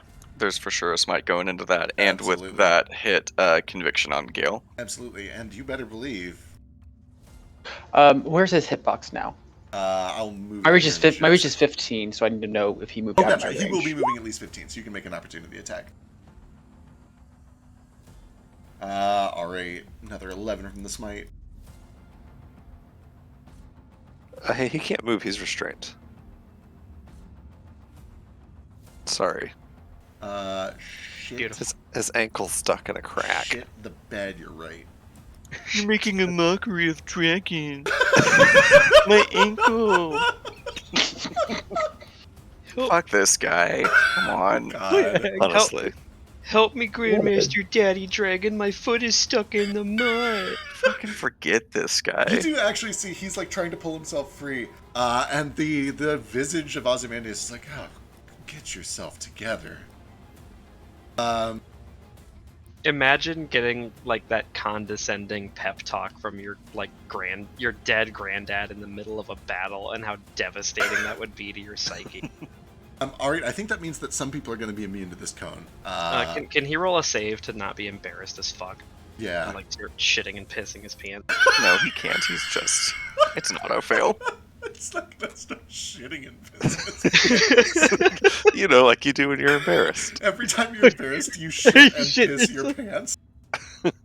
What? Spaghetti What a falls weird out of reaction. his dragon pocket. Oh, he shits and pisses his pants. What the fuck is going on? Okay, but actually, let's do the breath. Does that mean he just? Does that mean he just? Don't look. Does that mean he just killed those kobolds? Oh, he doesn't give two shits. Yeah, of I course meant, he did. I meant with his shitting and pissing. Oh, no. Oh my god, he has so many fucking actions. Where's your breath? There it is. 300 feet. Sick. Oh, that's gonna get everything. It's not gonna Yeah, get but it's a moat, cone. which is unfortunate. Moat is out of Oh. this for sure. Am I in it? Praise be. I have cover. You have cover for sure. You have a +5 from your cover. From Um, con saves? I don't think so. Oh, you're right. Cover is only deck saves. That's true. It goes around corners. Oh my god, it's a deck save. It's a what? deck save? Apparently. Let me go double check to make sure that's right. This is poison, It is. right? It is definitely poison. Did I, Oh, put this, Okay. did I put this in wrong? I think the Great Worm might have a different stat block. Who knows? I haven't looked. Off the top of my head, poison is con, but they might have changed it. Yeah, it almost always is. I know they've been changing the things in like D&D 1 to all be deck saves for like the Dragonborn. I refuse example? to speak that name. Maybe it's because it's a deck save to, like, hold your breath real quick. Oh, well. Yeah, Sounds like a No. con save. dexterity saving throw. So Okay. yeah, your +5 from cover does apply here. Let's see. I'll also give a +5 to Flurgle for sure. Lord. Yeah, Flurgle's definitely also got a +5. Holy lord, that's a lot. I also have advantage because it's poison. True. 82 points of poison damage on a failed 26 dexterity saving throw. I think rather than a poisonous gas, the idea here is that this is just like a highly toxic topical poison that comes out as like a spray. 41 Just damage on caustic half! yellow. It's like chlorine gas. Yeah, pretty much. Royal Guard could save, could potentially save. I'm Nice, using yeah. my resistances to just save it. You only need one resistance right now. Okay. Oh no, that was wrong. That's my from Ace. It's a little bit lower, but yeah, I need to use both of them. But then I take no Immunity from poison is damage. still good on this, right? Oh, what was that, Bossy? Immunity from poison still applies for this, right? It is all Ooh, poison. Is the natural 20 good? Natural 20, pretty fucking good. 39, incredibly good. For the record, I thought that the 40 that I rolled a second ago was the highest saving throw we would see for the entire campaign. 39, that's pretty close to 40. That's one away from 40, my friend. Add a d4 to it. No! Tell that motherfucker. No! I think you rolled a con save instead of a dex save. That is a con God save. Instead damn of a it. dex save, though, for the record. It's a dex, and it's a dex and then a con save. If you take damage, I do also need a con save. And if you're not immune to poison, that is. Oh. Well. Should have been a deck save, but, you know. Either way, it was a nat 20 with an extra 2 on top of it. I'm sure that probably makes it 26. Oh. Yeah. Should I make one as well? After Uh, taking damage? Yes, if you took any poison damage from this, you then need a constitution saving throw yeah. against the Formula Oz. Sure. Formula is good. Cool. Formulas is good. Excellent. Alright, I believe that was everyone that could be affected. What happened with Ace? What's going Oh, I used 2 of my legendary resistances to just succeed, and then since I'm a rogue, I take no damage. I'm so upset. I need you out of that dragon form so bad. Yeah. No, it's not gonna happen. Alright, that I think is all he can do. So that brings us to the kobolds. These guys are stuck and restrained. They're just going to throw daggers at Nordo. Feels like their only real option right now. They have advantage. Cancels out. Hold 'cause on, they're I restrained. need They also I have need to make a disadvantage. con save for a DC 20 con save to keep the wall up. Oh yeah, good call. It's still up. I don't know if I want to keep it up Is- anyway. Is mold earth concentration? 23 might hit Nordo. I have my shield thing on, checks AC exactly 23. So the 23 hits for 4. Reduced to 2. Alright. All of these guys trapped in the wall of force just start piling into the mud, I guess, and they can only get, like, here. They're just little kobolds. But then they will try miserably to throw range. Ooh, actually, this could be bad, actually. Half are gonna go on Toto, half are gonna go on Gale. This could actually be a little... This could be a sticky wicket. Here we go. Toto first.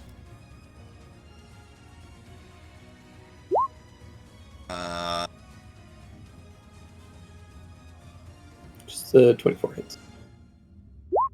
For 7 on Toto. Alright. Good luck, Gale. Here's 5 attacks.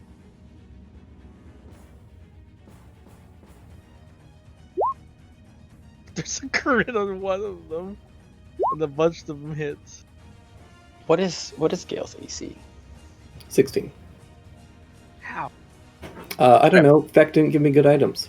I gave you armor, literally. How much? Yeah, there's so it gave much me fun. 16 AC. Like, No, I gave you literally plate mail with 18 AC. I can't use that. You can. You're an artificer, and it counts as medium armor because it's made of dragon bone. No, I can't because I don't have the strength requirement for it. Oh, this one doesn't have a strength requirement because it's made of dragon bone. Is that true? I'd have to No. double check. That's what you said. That's why Nomad has them. I Gotcha. asked him beforehand. If you have it in writing somewhere, then that's true. Well, anyways, on the 19, Yeah. Ace is going to put his wing down. And he's going to block that one. Sick. Also, isn't Man. medium armor 16 plus your dex anyway? Yeah. Oh, do you have 0 dex? I have 1 dex. That's why I have 16, because Oh. I have half plate, which is 15 plus 1. Gotcha, okay. Is your armor not magic? What's wrong with you? You're level 20. Yeah, my armor's If you magic. single- It doesn't have any bonuses. Isn't there an infusion? I'm sorry, I don't mean to, like, break... We're so Yeah, really what's going isn't on? there an infusion that gives your armor, like, +2? Isn't that, like, a baseline artificer thing? Yeah, but I can't afford that because I had to use all my artificer infusions on other shit. Okay. I'm also Like using the rigs. Also, I'm using arcane propulsion. That is very good. Oh, that I makes do sense. love arcane propulsion armor. Okay. You should consider just getting a shell. I- Working really well for me. Yeah, The it would be question is- nice. Is Sorry, he I'm a- unconscious? Yeah, I'm unconscious. I real quick, I'm a dumb small man, and I get confused when the initiative gets really long. I have not had a turn back since I used my reaction. Correct, to you're hit coming up. these. Okay, You're about 3 turns so I off. don't have a reaction. Cool. Yep. Alright. So is Gale down and on a death save, or just down? Just down. Step down and on the death save. I say in it was the- the and 2 in the hits mud. after the crit. Oh right. Dang. Alright. A couple of these kobolds come around the corner and just huck daggers. Gale drops into the mud. There's still a group over here. I have a question. The spell that Gale used to bring the mud, is that a No, it's concentration until spell? dispelled. Okay. Oh yeah, that could be a problem. These guys all just jump on Nordo. I would have ended concentration a long time ago on that. Oh yeah. Otherwise, The The crit. crit hits, that's it though. Alright. 9, half to 5, or half to 4. How does that half?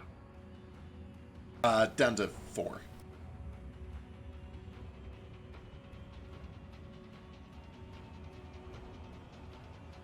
Uh-oh.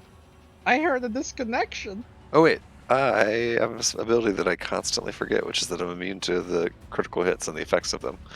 So I'm going to get back a little bit of health from these tiny little yeah. kobold crits.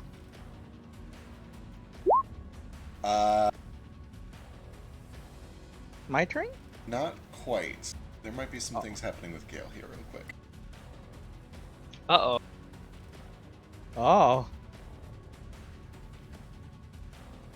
okay, I guess I'll stick around for it. If you need to, like, urgently pee or something, you can go do it. No, it's Okay.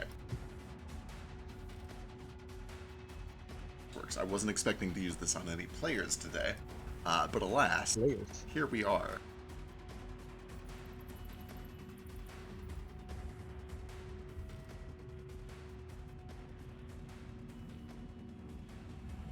So this is tricky because you're not currently tethered to anything. Oh my god, what do I do? How does he...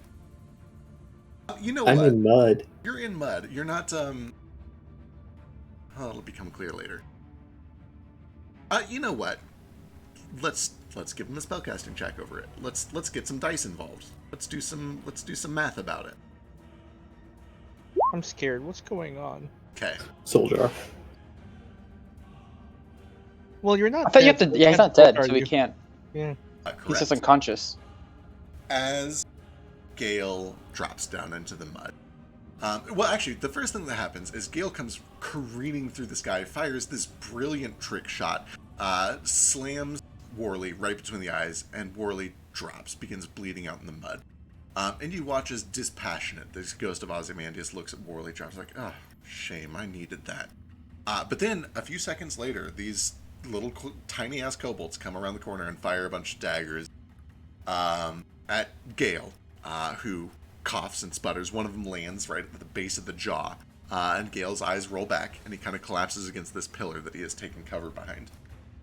And you watch as the ghost of Ozymandias looks over, he's like, oh, that might do. There is a flash of his eyes in this kind of pale blue-green light, and you watch as, like those little, you know, the plasma orbs that you can touch, and the like little light goes to your fingers at the edge of the glass bulb. I still have one. Strands of energy burst out of Gale from his chest in 7 or 8 different directions that kind of just waver off into nothingness. And you can see that Ozymandias is transfixed on that. He is clearly involved in whatever is going on over there. And there's no immediately obvious effects of what's going on, but you can see that Ozymandias is doing something to Gale's unconscious body, and there is a magical effect. There are these strands that are coming out of his body as he's doing it. Do I see anything with my true sight or my blind sight? With your true sight and your blind sight, I think you just see the same thing as everything else. There's not any like deception or hidden information going on, nor is there anything blind going on.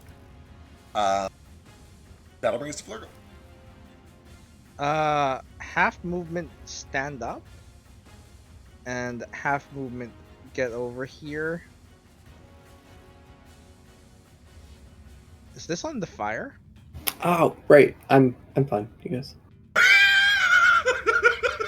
And then, very panic casting, he plays a song on his pitch pipe. It's frantic, and it evokes the image of waves crashing over everything, washing away injuries.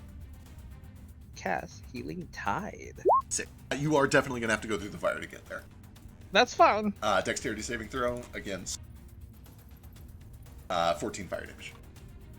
Owie! Let's go, here's my dex save. Cool. Half that down to 7. Yeah. And then Gale, you do receive 20 points of health. Not you had just another thing Gale, going on. not just Gale. Gale, this guy, this down guy, and how many is that? I can get 6. You can get 2 more then. Myself and Vasu. Excellent. Okay, and for my sake, what's the dice on that? Is it just 3d8? 3d8 plus 6. Oh yeah, because you're Cool. capitalized. Sick. So, Shoe pops out, 30. and Does she have like a little nurse's hat and she's just like puts Sure. band-aids all over you? And then real quick, Gale, you said you had a thing. What did you have? I thought I did. It needs my reaction, so I can't use it. Gotcha. Okay. I used absorb elements on that poison. So. Gotcha. Right. Gale, Yeah. who? And this is an interesting question. I wasn't expecting to come up until later. What is Gale afraid of losing? What or who is Gale afraid of losing? Huh. While you're thinking, I also have 1 poison stack. I don't know what that does. You told me to mention. Oh, very important. Give me a wisdom saving throw. Okay. Also that nat 20 throw earlier, I said I'd waste it on someone. So yeah, I will. I don't know. One of these people who wake up, I give them that. Sure. Perfect. I'll probably do it on the closest guy. That makes more sense. Yeah, that makes sense. And wisdom save, right? Wisdom save. I'm gonna die. 13. Hopefully not, because that means we're gonna have to undo a lot of your turn real quick. 13.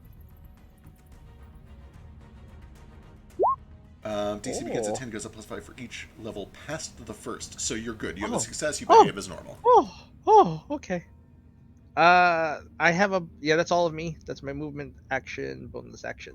All right, Yeah, delightful. Then yeah. You have a little Who time or to think what? if you need it. But yeah, who or what are you most afraid to lose? Power. Power? Delightful. Yeah. Interesting. Is there anything, any concrete item or object or anything that represents that power? Anything tangible? Anything? Toto. Toto? Love it. Either Toto or also his leg. Toto in the leg. Love it. Love it. Love it. Love it. Love it. Love it. Noted. Cool. Basu's turn. Okay. How does Gale look? Is he like stabilized, breathing, not sinking face first into a bunch of mud now? He's twitching violently, and electricity is coursing through his entire body. So he's stunned from haste now too, right? Yeah. Oh Oh. shit. Yeah, I forgot about that. Okay. Real quick, what kind of action is it to give somebody a potion, or even like force feed him a potion? An action. Okay. What kind of action is it to pass a potion off to my familiar who acts independently of me? Just an item interaction. Which is like a bonus or like a separate thing? I always forget how that works. No, it's just Interaction. one freebie per turn. So you can hand it Okay. off for free, and then your familiar can come hand it to somebody.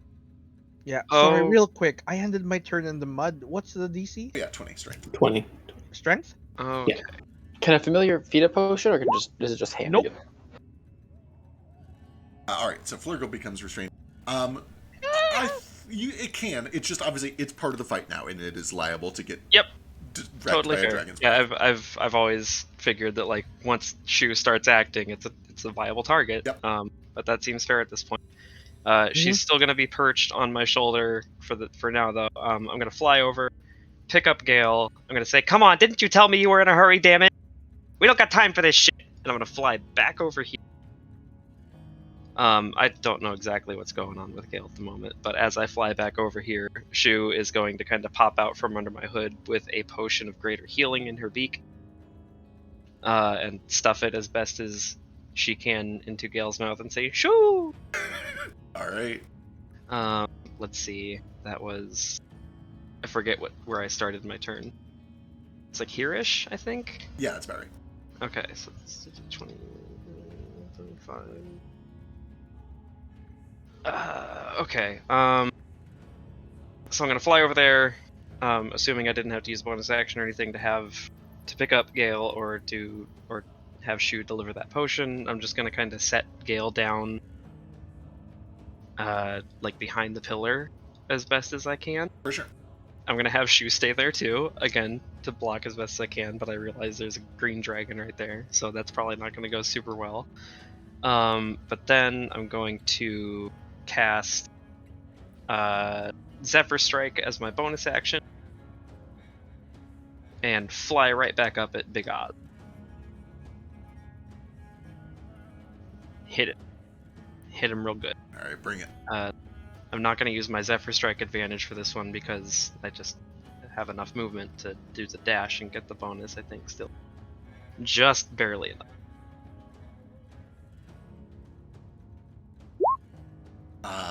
32? 32 is good. 17. 32, extra d10. 8 more radiant, and a stack of heat on him. Here's another attack. 17 on that one, unfortunately. 17, no good. How big was that potion? Potion of Supreme Healing is the only kind I have on me. I don't know what that is off the top of my head real quick. That's the real good one. It is. Yeah. I think it's like something plus 20. It's 10d4 20. plus 20. 10d4 Yeah. plus 20?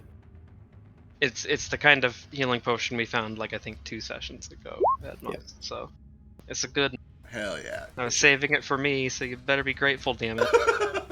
Extremely. I don't mean that. This Vasu would definitely heal Gale. Here, anywho, see that was. We'll never forget you. It was, but yeah, because I'm probably gonna die here now. Just bonus to get Zephyr Strike. Yep, that's me. All right.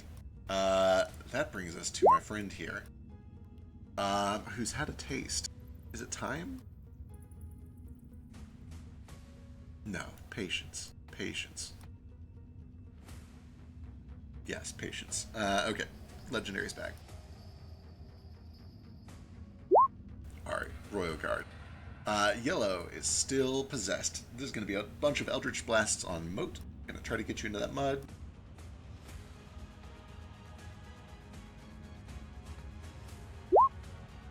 Uh, 23 and 25 might hit. They do. Hell yeah. Teacher, is it a kobold that has pack tactics?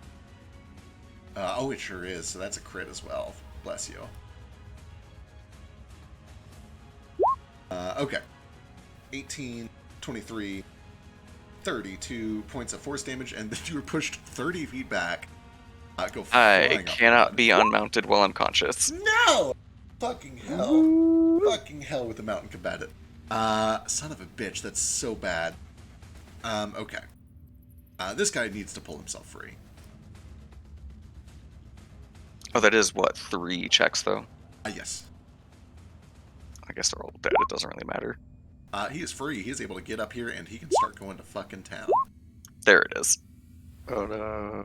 You got a D4 though still. Oh, that's true. That'll get you over. And that is important because a bunch of them just got healed by Flurgle. So you're able to maintain it. And that means the white There- guy pulls himself free of the mud and starts cleaving.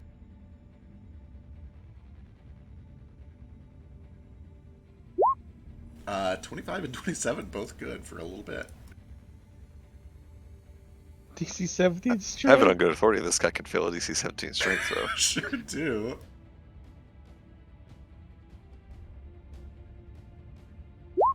Yeah, you So- Oh my can. god!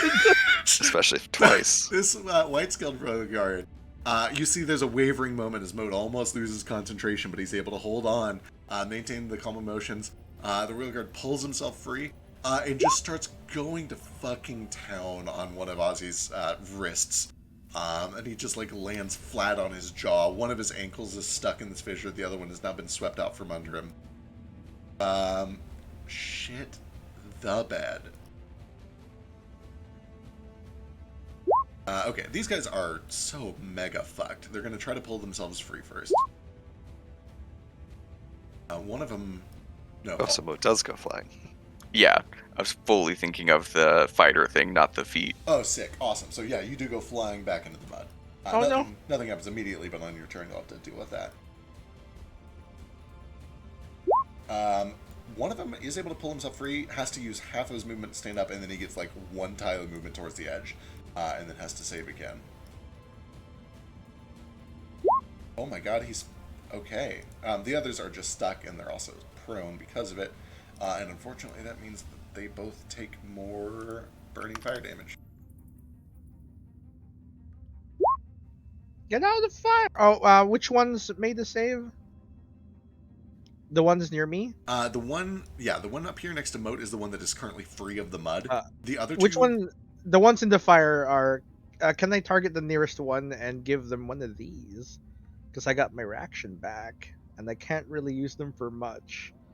Here you go. You're right, sure it is psionic talent. Sure, absolutely. D12. To one of those saves. Sick. Then the other one is free. He is able to stand up.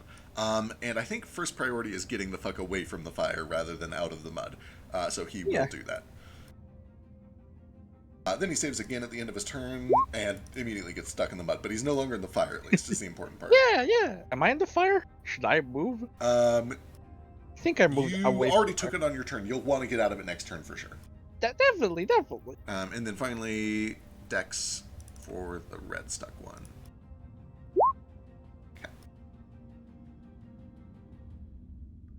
Last guy is the green. Needs a whiz save.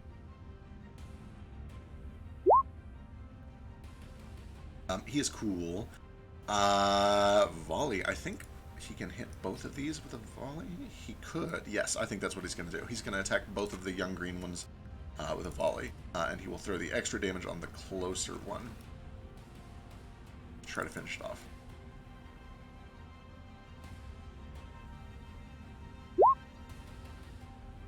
He's trying. He has the best hit chance out of everyone here.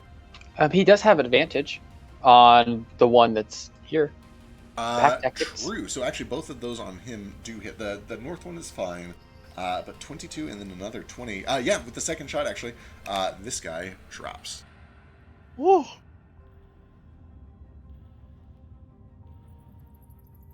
All right, that brings us to the glyphs.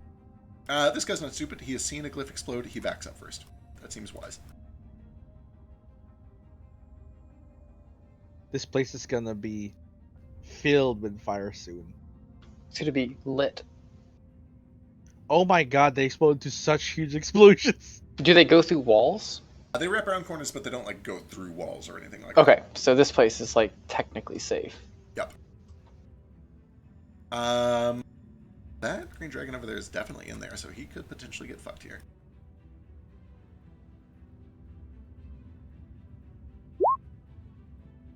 Sure does.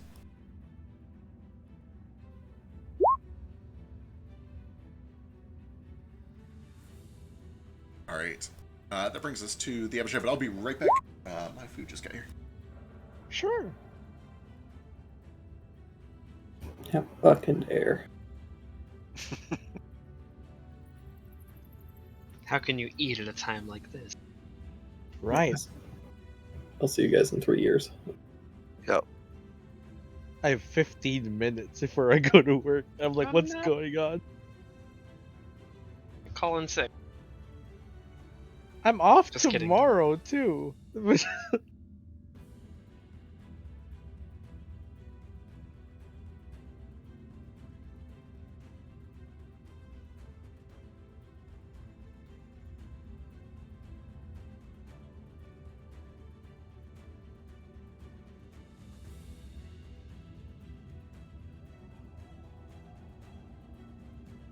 Okay, I'm back. Up top, Abishai. Hi. Run over the hole. They're here. They're here. Drop down from the ceiling and use their bonus actions. Well, if they get stuck, they land in the mud. Use their bonus actions to whoop over to the darkness. Damn. They What don't, do they they don't do? need to make the save from dropping down 30 feet. They're teleporting, it doesn't matter They're anymore. teleporting. Yeah. Did they But they dropped down and then teleported, didn't they? The strike save is at the end of your turn. Right. They drop down into the mud, and the little eye totem on my side flares up, and they find that they cannot teleport to a space within 120 feet of me. Hey. No. Oh, fuck. No.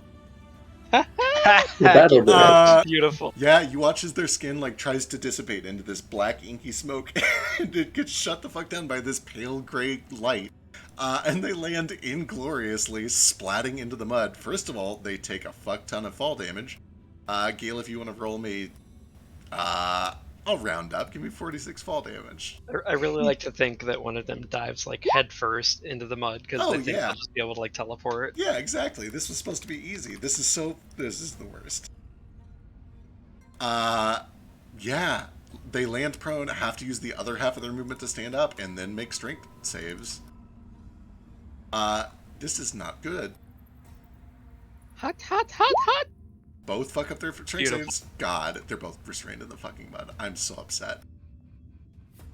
This mud has done some work. This in mud this has fight. done some work. I think actually Transmute Rock might be like Gale's campaign MVP spell, even more than Enlarge Reduce. It's Oh, a for pretty sure. top tier spell. Yeah, it's, Yeah, it's effectively shut down at least like 2, maybe 3 of your encounters. Yeah. It's In every completely shut campaign. down me this entire encounter. that is kind of true. I pulled you out of it. Alright. Do I want to burn? I need to do legendaries. I need to do things. I have 3 actions to sit on. Yes, let's do some things.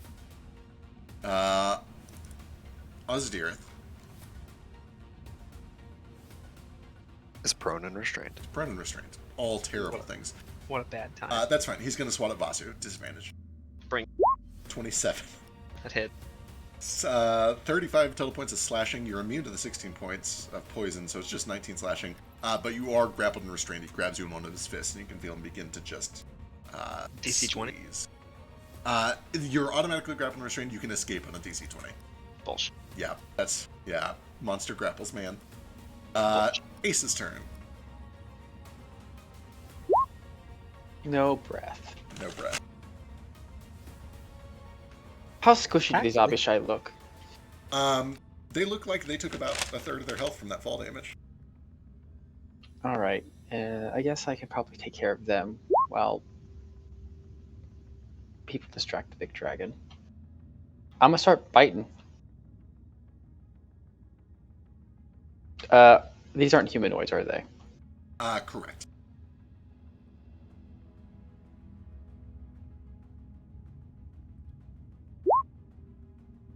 For 49 damage. Oh my god. Yeah, as these things land, get stuck in the mud, you just turn over to them and fucking Jurassic Park one of them in half. Okay, and then the next one.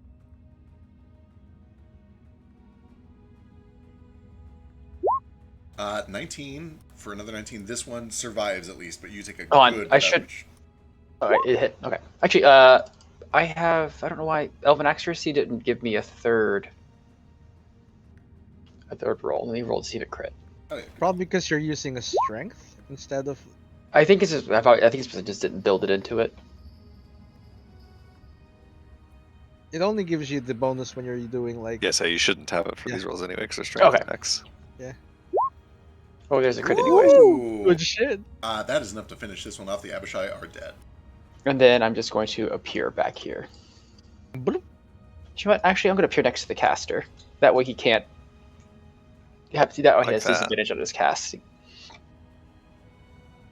And that's me. Alright, that brings us to another legendary action. Actually, would I be able to like body block and like give him like, because he gives cover to allies? Yeah. Oh, absolutely, for sure. We'll do a claw on Nordo, disadvantage. 31. 31 will hit, I guess. And Mota. Okay, Remember raging. still a bunch of mind-blowingly obvious magic stuff happening to Gale right now. What's the deal? Yeah, he's just fried from haste. But there's like still arcane jolts or whatever coming out of you? Yeah, that was just from haste. Oh, I thought that was something Ozzy was doing. Ignore me. There was an Aussie thing, though. Is the Aussie thing still happening? I say I thought Feck described like yes. a big Yeah, yeah. obvious magical effect. That did end. All of the weird, like, the strands of energy that are coming out of him, that ended when he regained consciousness. Tight. Boy. I'll be right back. Just a second. You're good.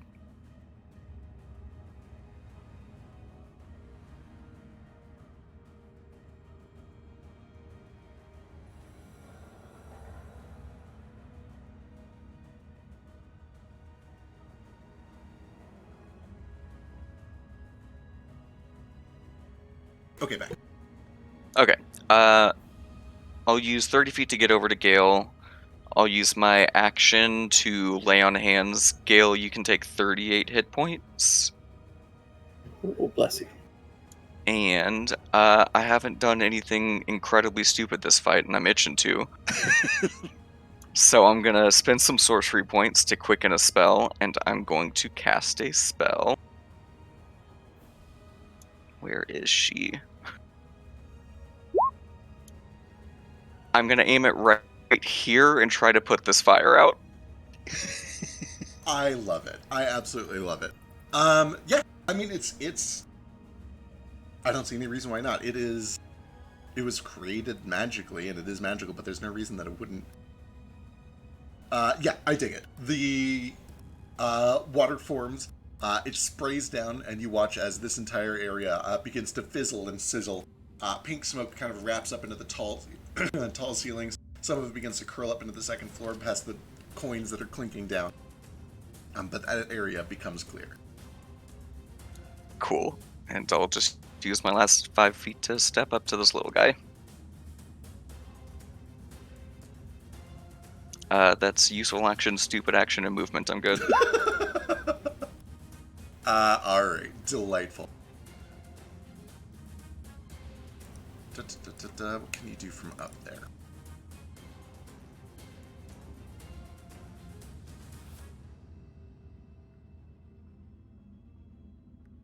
From way up in the hole in the ceiling where the Abishai just jumped down, you hear a spell cast about 35 feet up.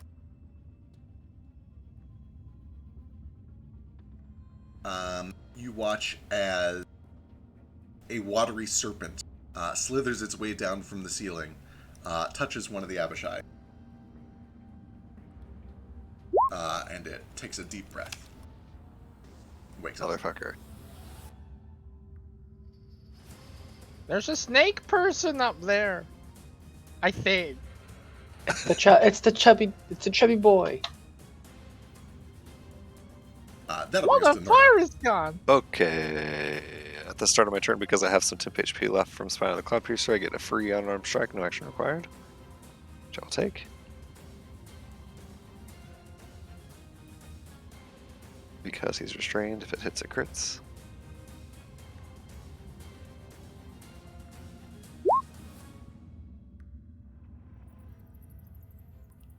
Do recklessly. Which overcomes the disadvantage because I am restrained as he's got me grappled in his claws. Yep. Burrow. 17, no good. I'm going to go ahead and throw... Actually, I'm going to save it. Alright, cool. As he scoops me up in his claw and picks me up, Nordo settles in and gets a little comfortable in his grip, pulls the axe out, and starts just hacking away at his hand and arm. Recklessly to overcome the disadvantage.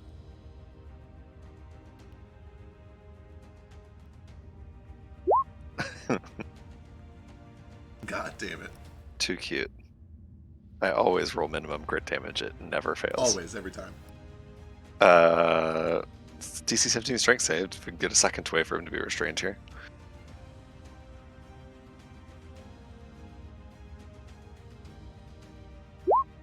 Not today. Second attack. This one I'll go ahead and throw the D4 on. Nope. No good.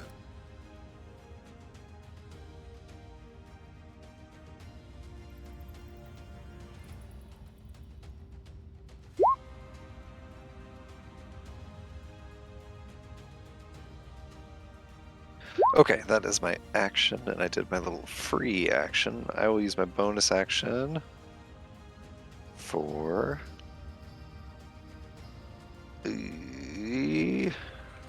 Let's just go Flurry of Blows. Oh boy, oh boy, oh boy, oh boy.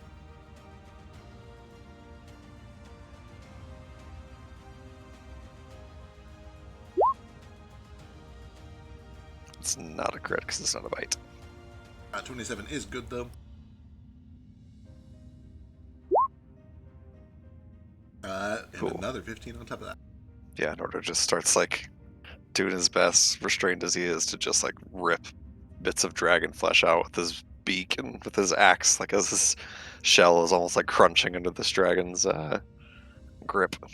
That's my turn. Alright. End of your turn, there's only one of these little guys left. It is going to turn around to Moat. And...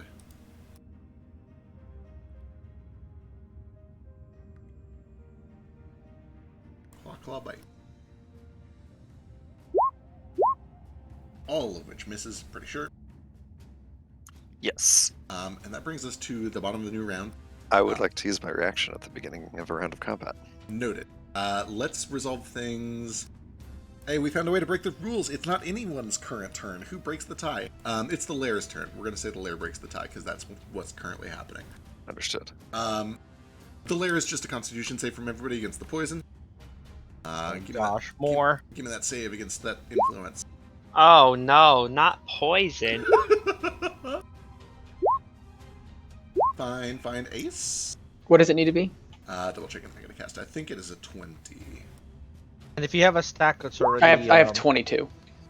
Okay. Yeah, 20. And if there's a stack, there's disadvantage? Yeah, if you Yeah, I have an antidote though. yeah, so you're good. You're good. it's- You're good. I now have 2 stacks. Delightful. I am so glad. So glad I'm gonna get somebody with some of this maybe eventually. I love the idea that Vasu's just making a snarky comment every time Every he tries time. to poison everyone. Uh-huh. No, I am just like taking a deep breath in, just to really rub it in. He's like fake choking in the middle of the fight.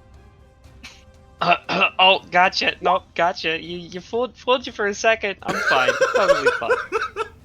All I'm not right. even winded. Nordo prepares his crushing strike, which I hate. So you have to resort the initiative there. That put me at 23. Really hate that. However, one final thing happens at the bottom of the round at the lair action. Ozadir looks around, sees that he's becoming surrounded, sees that Worley is down, sees that he has lost control of most of the guards, sees that he is restrained, looks up to the visage of Ozymandias, says, "Aren't you going to do something?" And Ozymandias looks back and is like, "Oh, please, can't you just take care of yourself?" Fine. If this is what you want, so be it. You watch as this ghostly image kind of retreats back into Ozadirith, and there is a glow that begins to form under his rib cage. You start to hear cracking and splintering, and then there's a burst from the side of Ozadirith's rib cage. You see arcane energy begins to pour out, and you see bits of expelled stillstone tinkle down to the ground and clatter on the stone floor. You can see that like a tumorous growth inside of his body, the stillstone has embedded. You can see that there's necrosis forming along the edges of the flesh where it has been embedded. But most importantly, you can see that Ozadir's eyes begin to glow. And you can see that just like Gale's a few moments ago, strands and tethers begin to arc out in all directions from him. And then I need a charisma saving throw from all of you. The DC of this is 26. Uh-oh. Cool.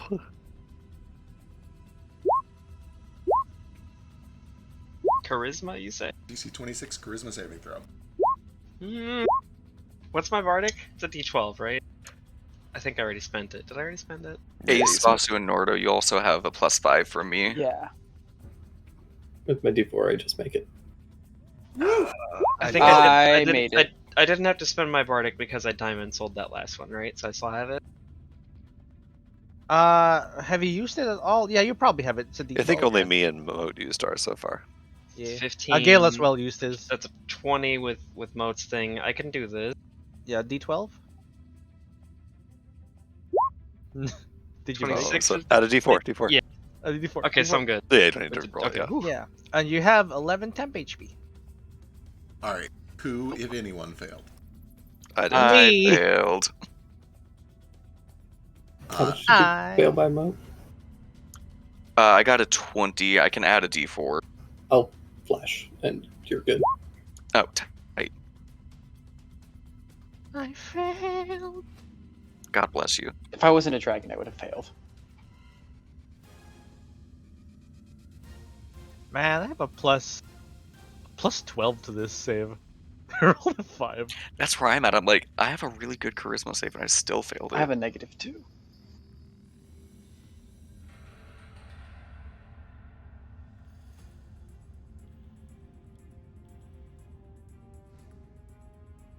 Thank goodness you're a dragon right now, I guess. So is it And just, the conviction. Nordo and Flurgle that failed then? I think so. This is Bye-bye. a charm. Bye forever, everyone. Goodbye. It's been nice. Do you have the diamond soul thing? No, Okay. You poor I'm bastard. not that real of a monk. Okay, those of you who rolled lower than 26, what did you roll? I rolled a 9 total. If there's degrees of success here, I could add a D4 to it. I probably should, I guess. I'll add a d4 as well. Sure, go for it. Oh, I rolled a 20 then. That puts me at 10. Okay, so we have a 20 and a 10. Flurgle, As this poison seeps into your veins, as you begin to feel the influence of this dragon, this is... Oh, is it poison? I might have... No, it's still 17. The poison is unrelated, but as you're Okay. suffering from the poison is when this effect starts to Yeah. seep in.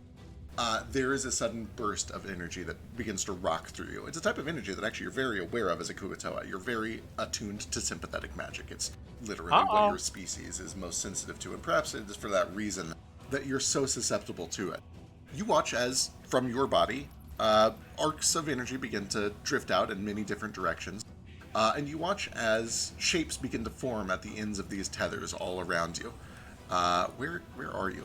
Where are you on the map? Oh, I see. Okay. I'm over here. The rest of you can see as well, this is not just in his head, that at the ends of all these tethers all around him, ghostly images begin to form of Kuatoa that you're familiar with. Back on your ship, just a couple miles away. Oh, hey, guys. Nordo, you rolled a 10. Oh, delightful. God, their names and my name. This is Blurb. This is. Nordo, as you lift your weapon up, charge it with this tremendously powerful attack. Magic rips through your body. You watch as strands of energy begin to point out in many different directions. Some of them distant and thin, but one in particular nearby, strong. You watch as Leah, or a ghostly image of Leah, forms right beside you. Cool. Did anyone else roll lower than a 26? Nope. Cool. Delightful. It is midnight. It has been a long session. This has been a long combat. I think this is where we'll pick up next week. Oh, Can I just do my turn? Oh. Because I have no turn, so I'll forget if we don't do it now. Okay, yeah, that's fair. That's fair. Yeah, yeah. Okay. I have a real easy turn because I can't do anything. Toto is gonna shoot Moat and cast an enlarge on him. Hell yeah. Oh no, you can't do anything. Oh, sorry. Oh not, yeah, you're hasted. Sorry, not on Moat. On the White Royal Guard. Oh, fucking sick. Yeah. Can I also just do my big fuck you Yeah, attack? because we'll forget you had your charge thing. Go and do your Thank big you. fuck you attack. I'm into it. The Pyrominus Leighton mask starts to pour magma out of its eyes and mouth. In order to probably doesn't even realize that Leah's here till after this. Let's see here.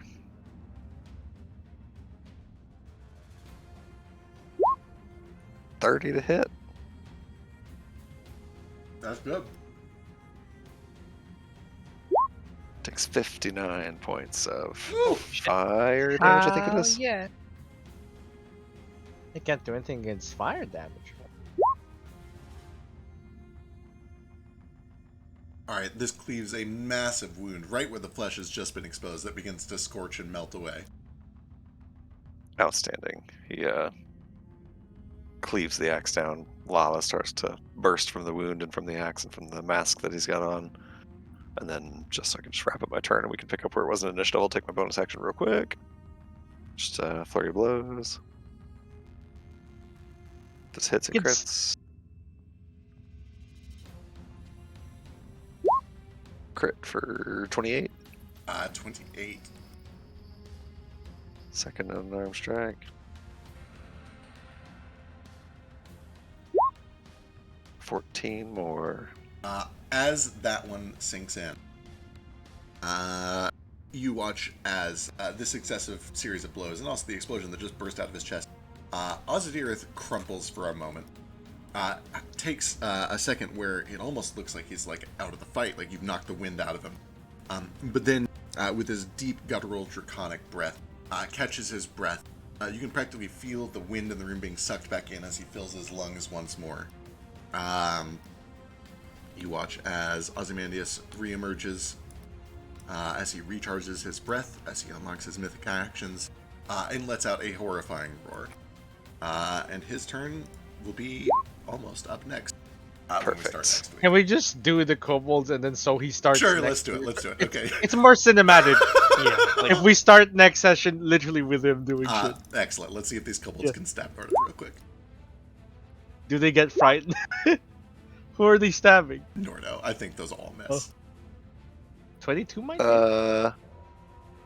The 22 will miss because I have the shield thing. 23 will hit though for 2 points of damage. All right, delightful. That's it. We begin next And session. next session, Who knows what there's? we see what Phase 2 looks like. Phase 2. Too yeah. exciting. I love that they made Phase 2's canon. I love Phase 2 so much. For sure. That's so There's awesome. still so. Um, I'm surrounded by my quartet. Yeah, I'm sure it's nothing. I'm sure they're fine. I'm sure they want to be here and nothing bad will happen to them. I just want to say I love the cinematics of those black Abishai jumping down and then Moat's just being like, "You guys can't teleport." Right. They just Right. fall to the ground and just eat. It just there's a dragon just Face plant right into the just- mud. Speaking of But- cinematic, I have a fetish for just cold, pragmatic kills. Gale killing Worley with just like a clean shot to the middle of the forehead.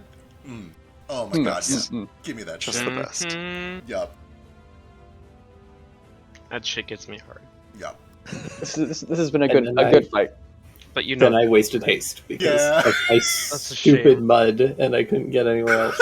I'm so You should have sorry. just landed on me. Oh, hey. I'm also going to forget next time. Let me do it right now. I'm restrained, right? Yes. Yeah. Okay. don't worry, I- Gale. You have Shu to protect you. 31 points of necrotic damage at the start of Azadira's turn. Gross. Oh yeah, that makes Oop. sense. Let me- Strangely enough, he's now immune to necrotic.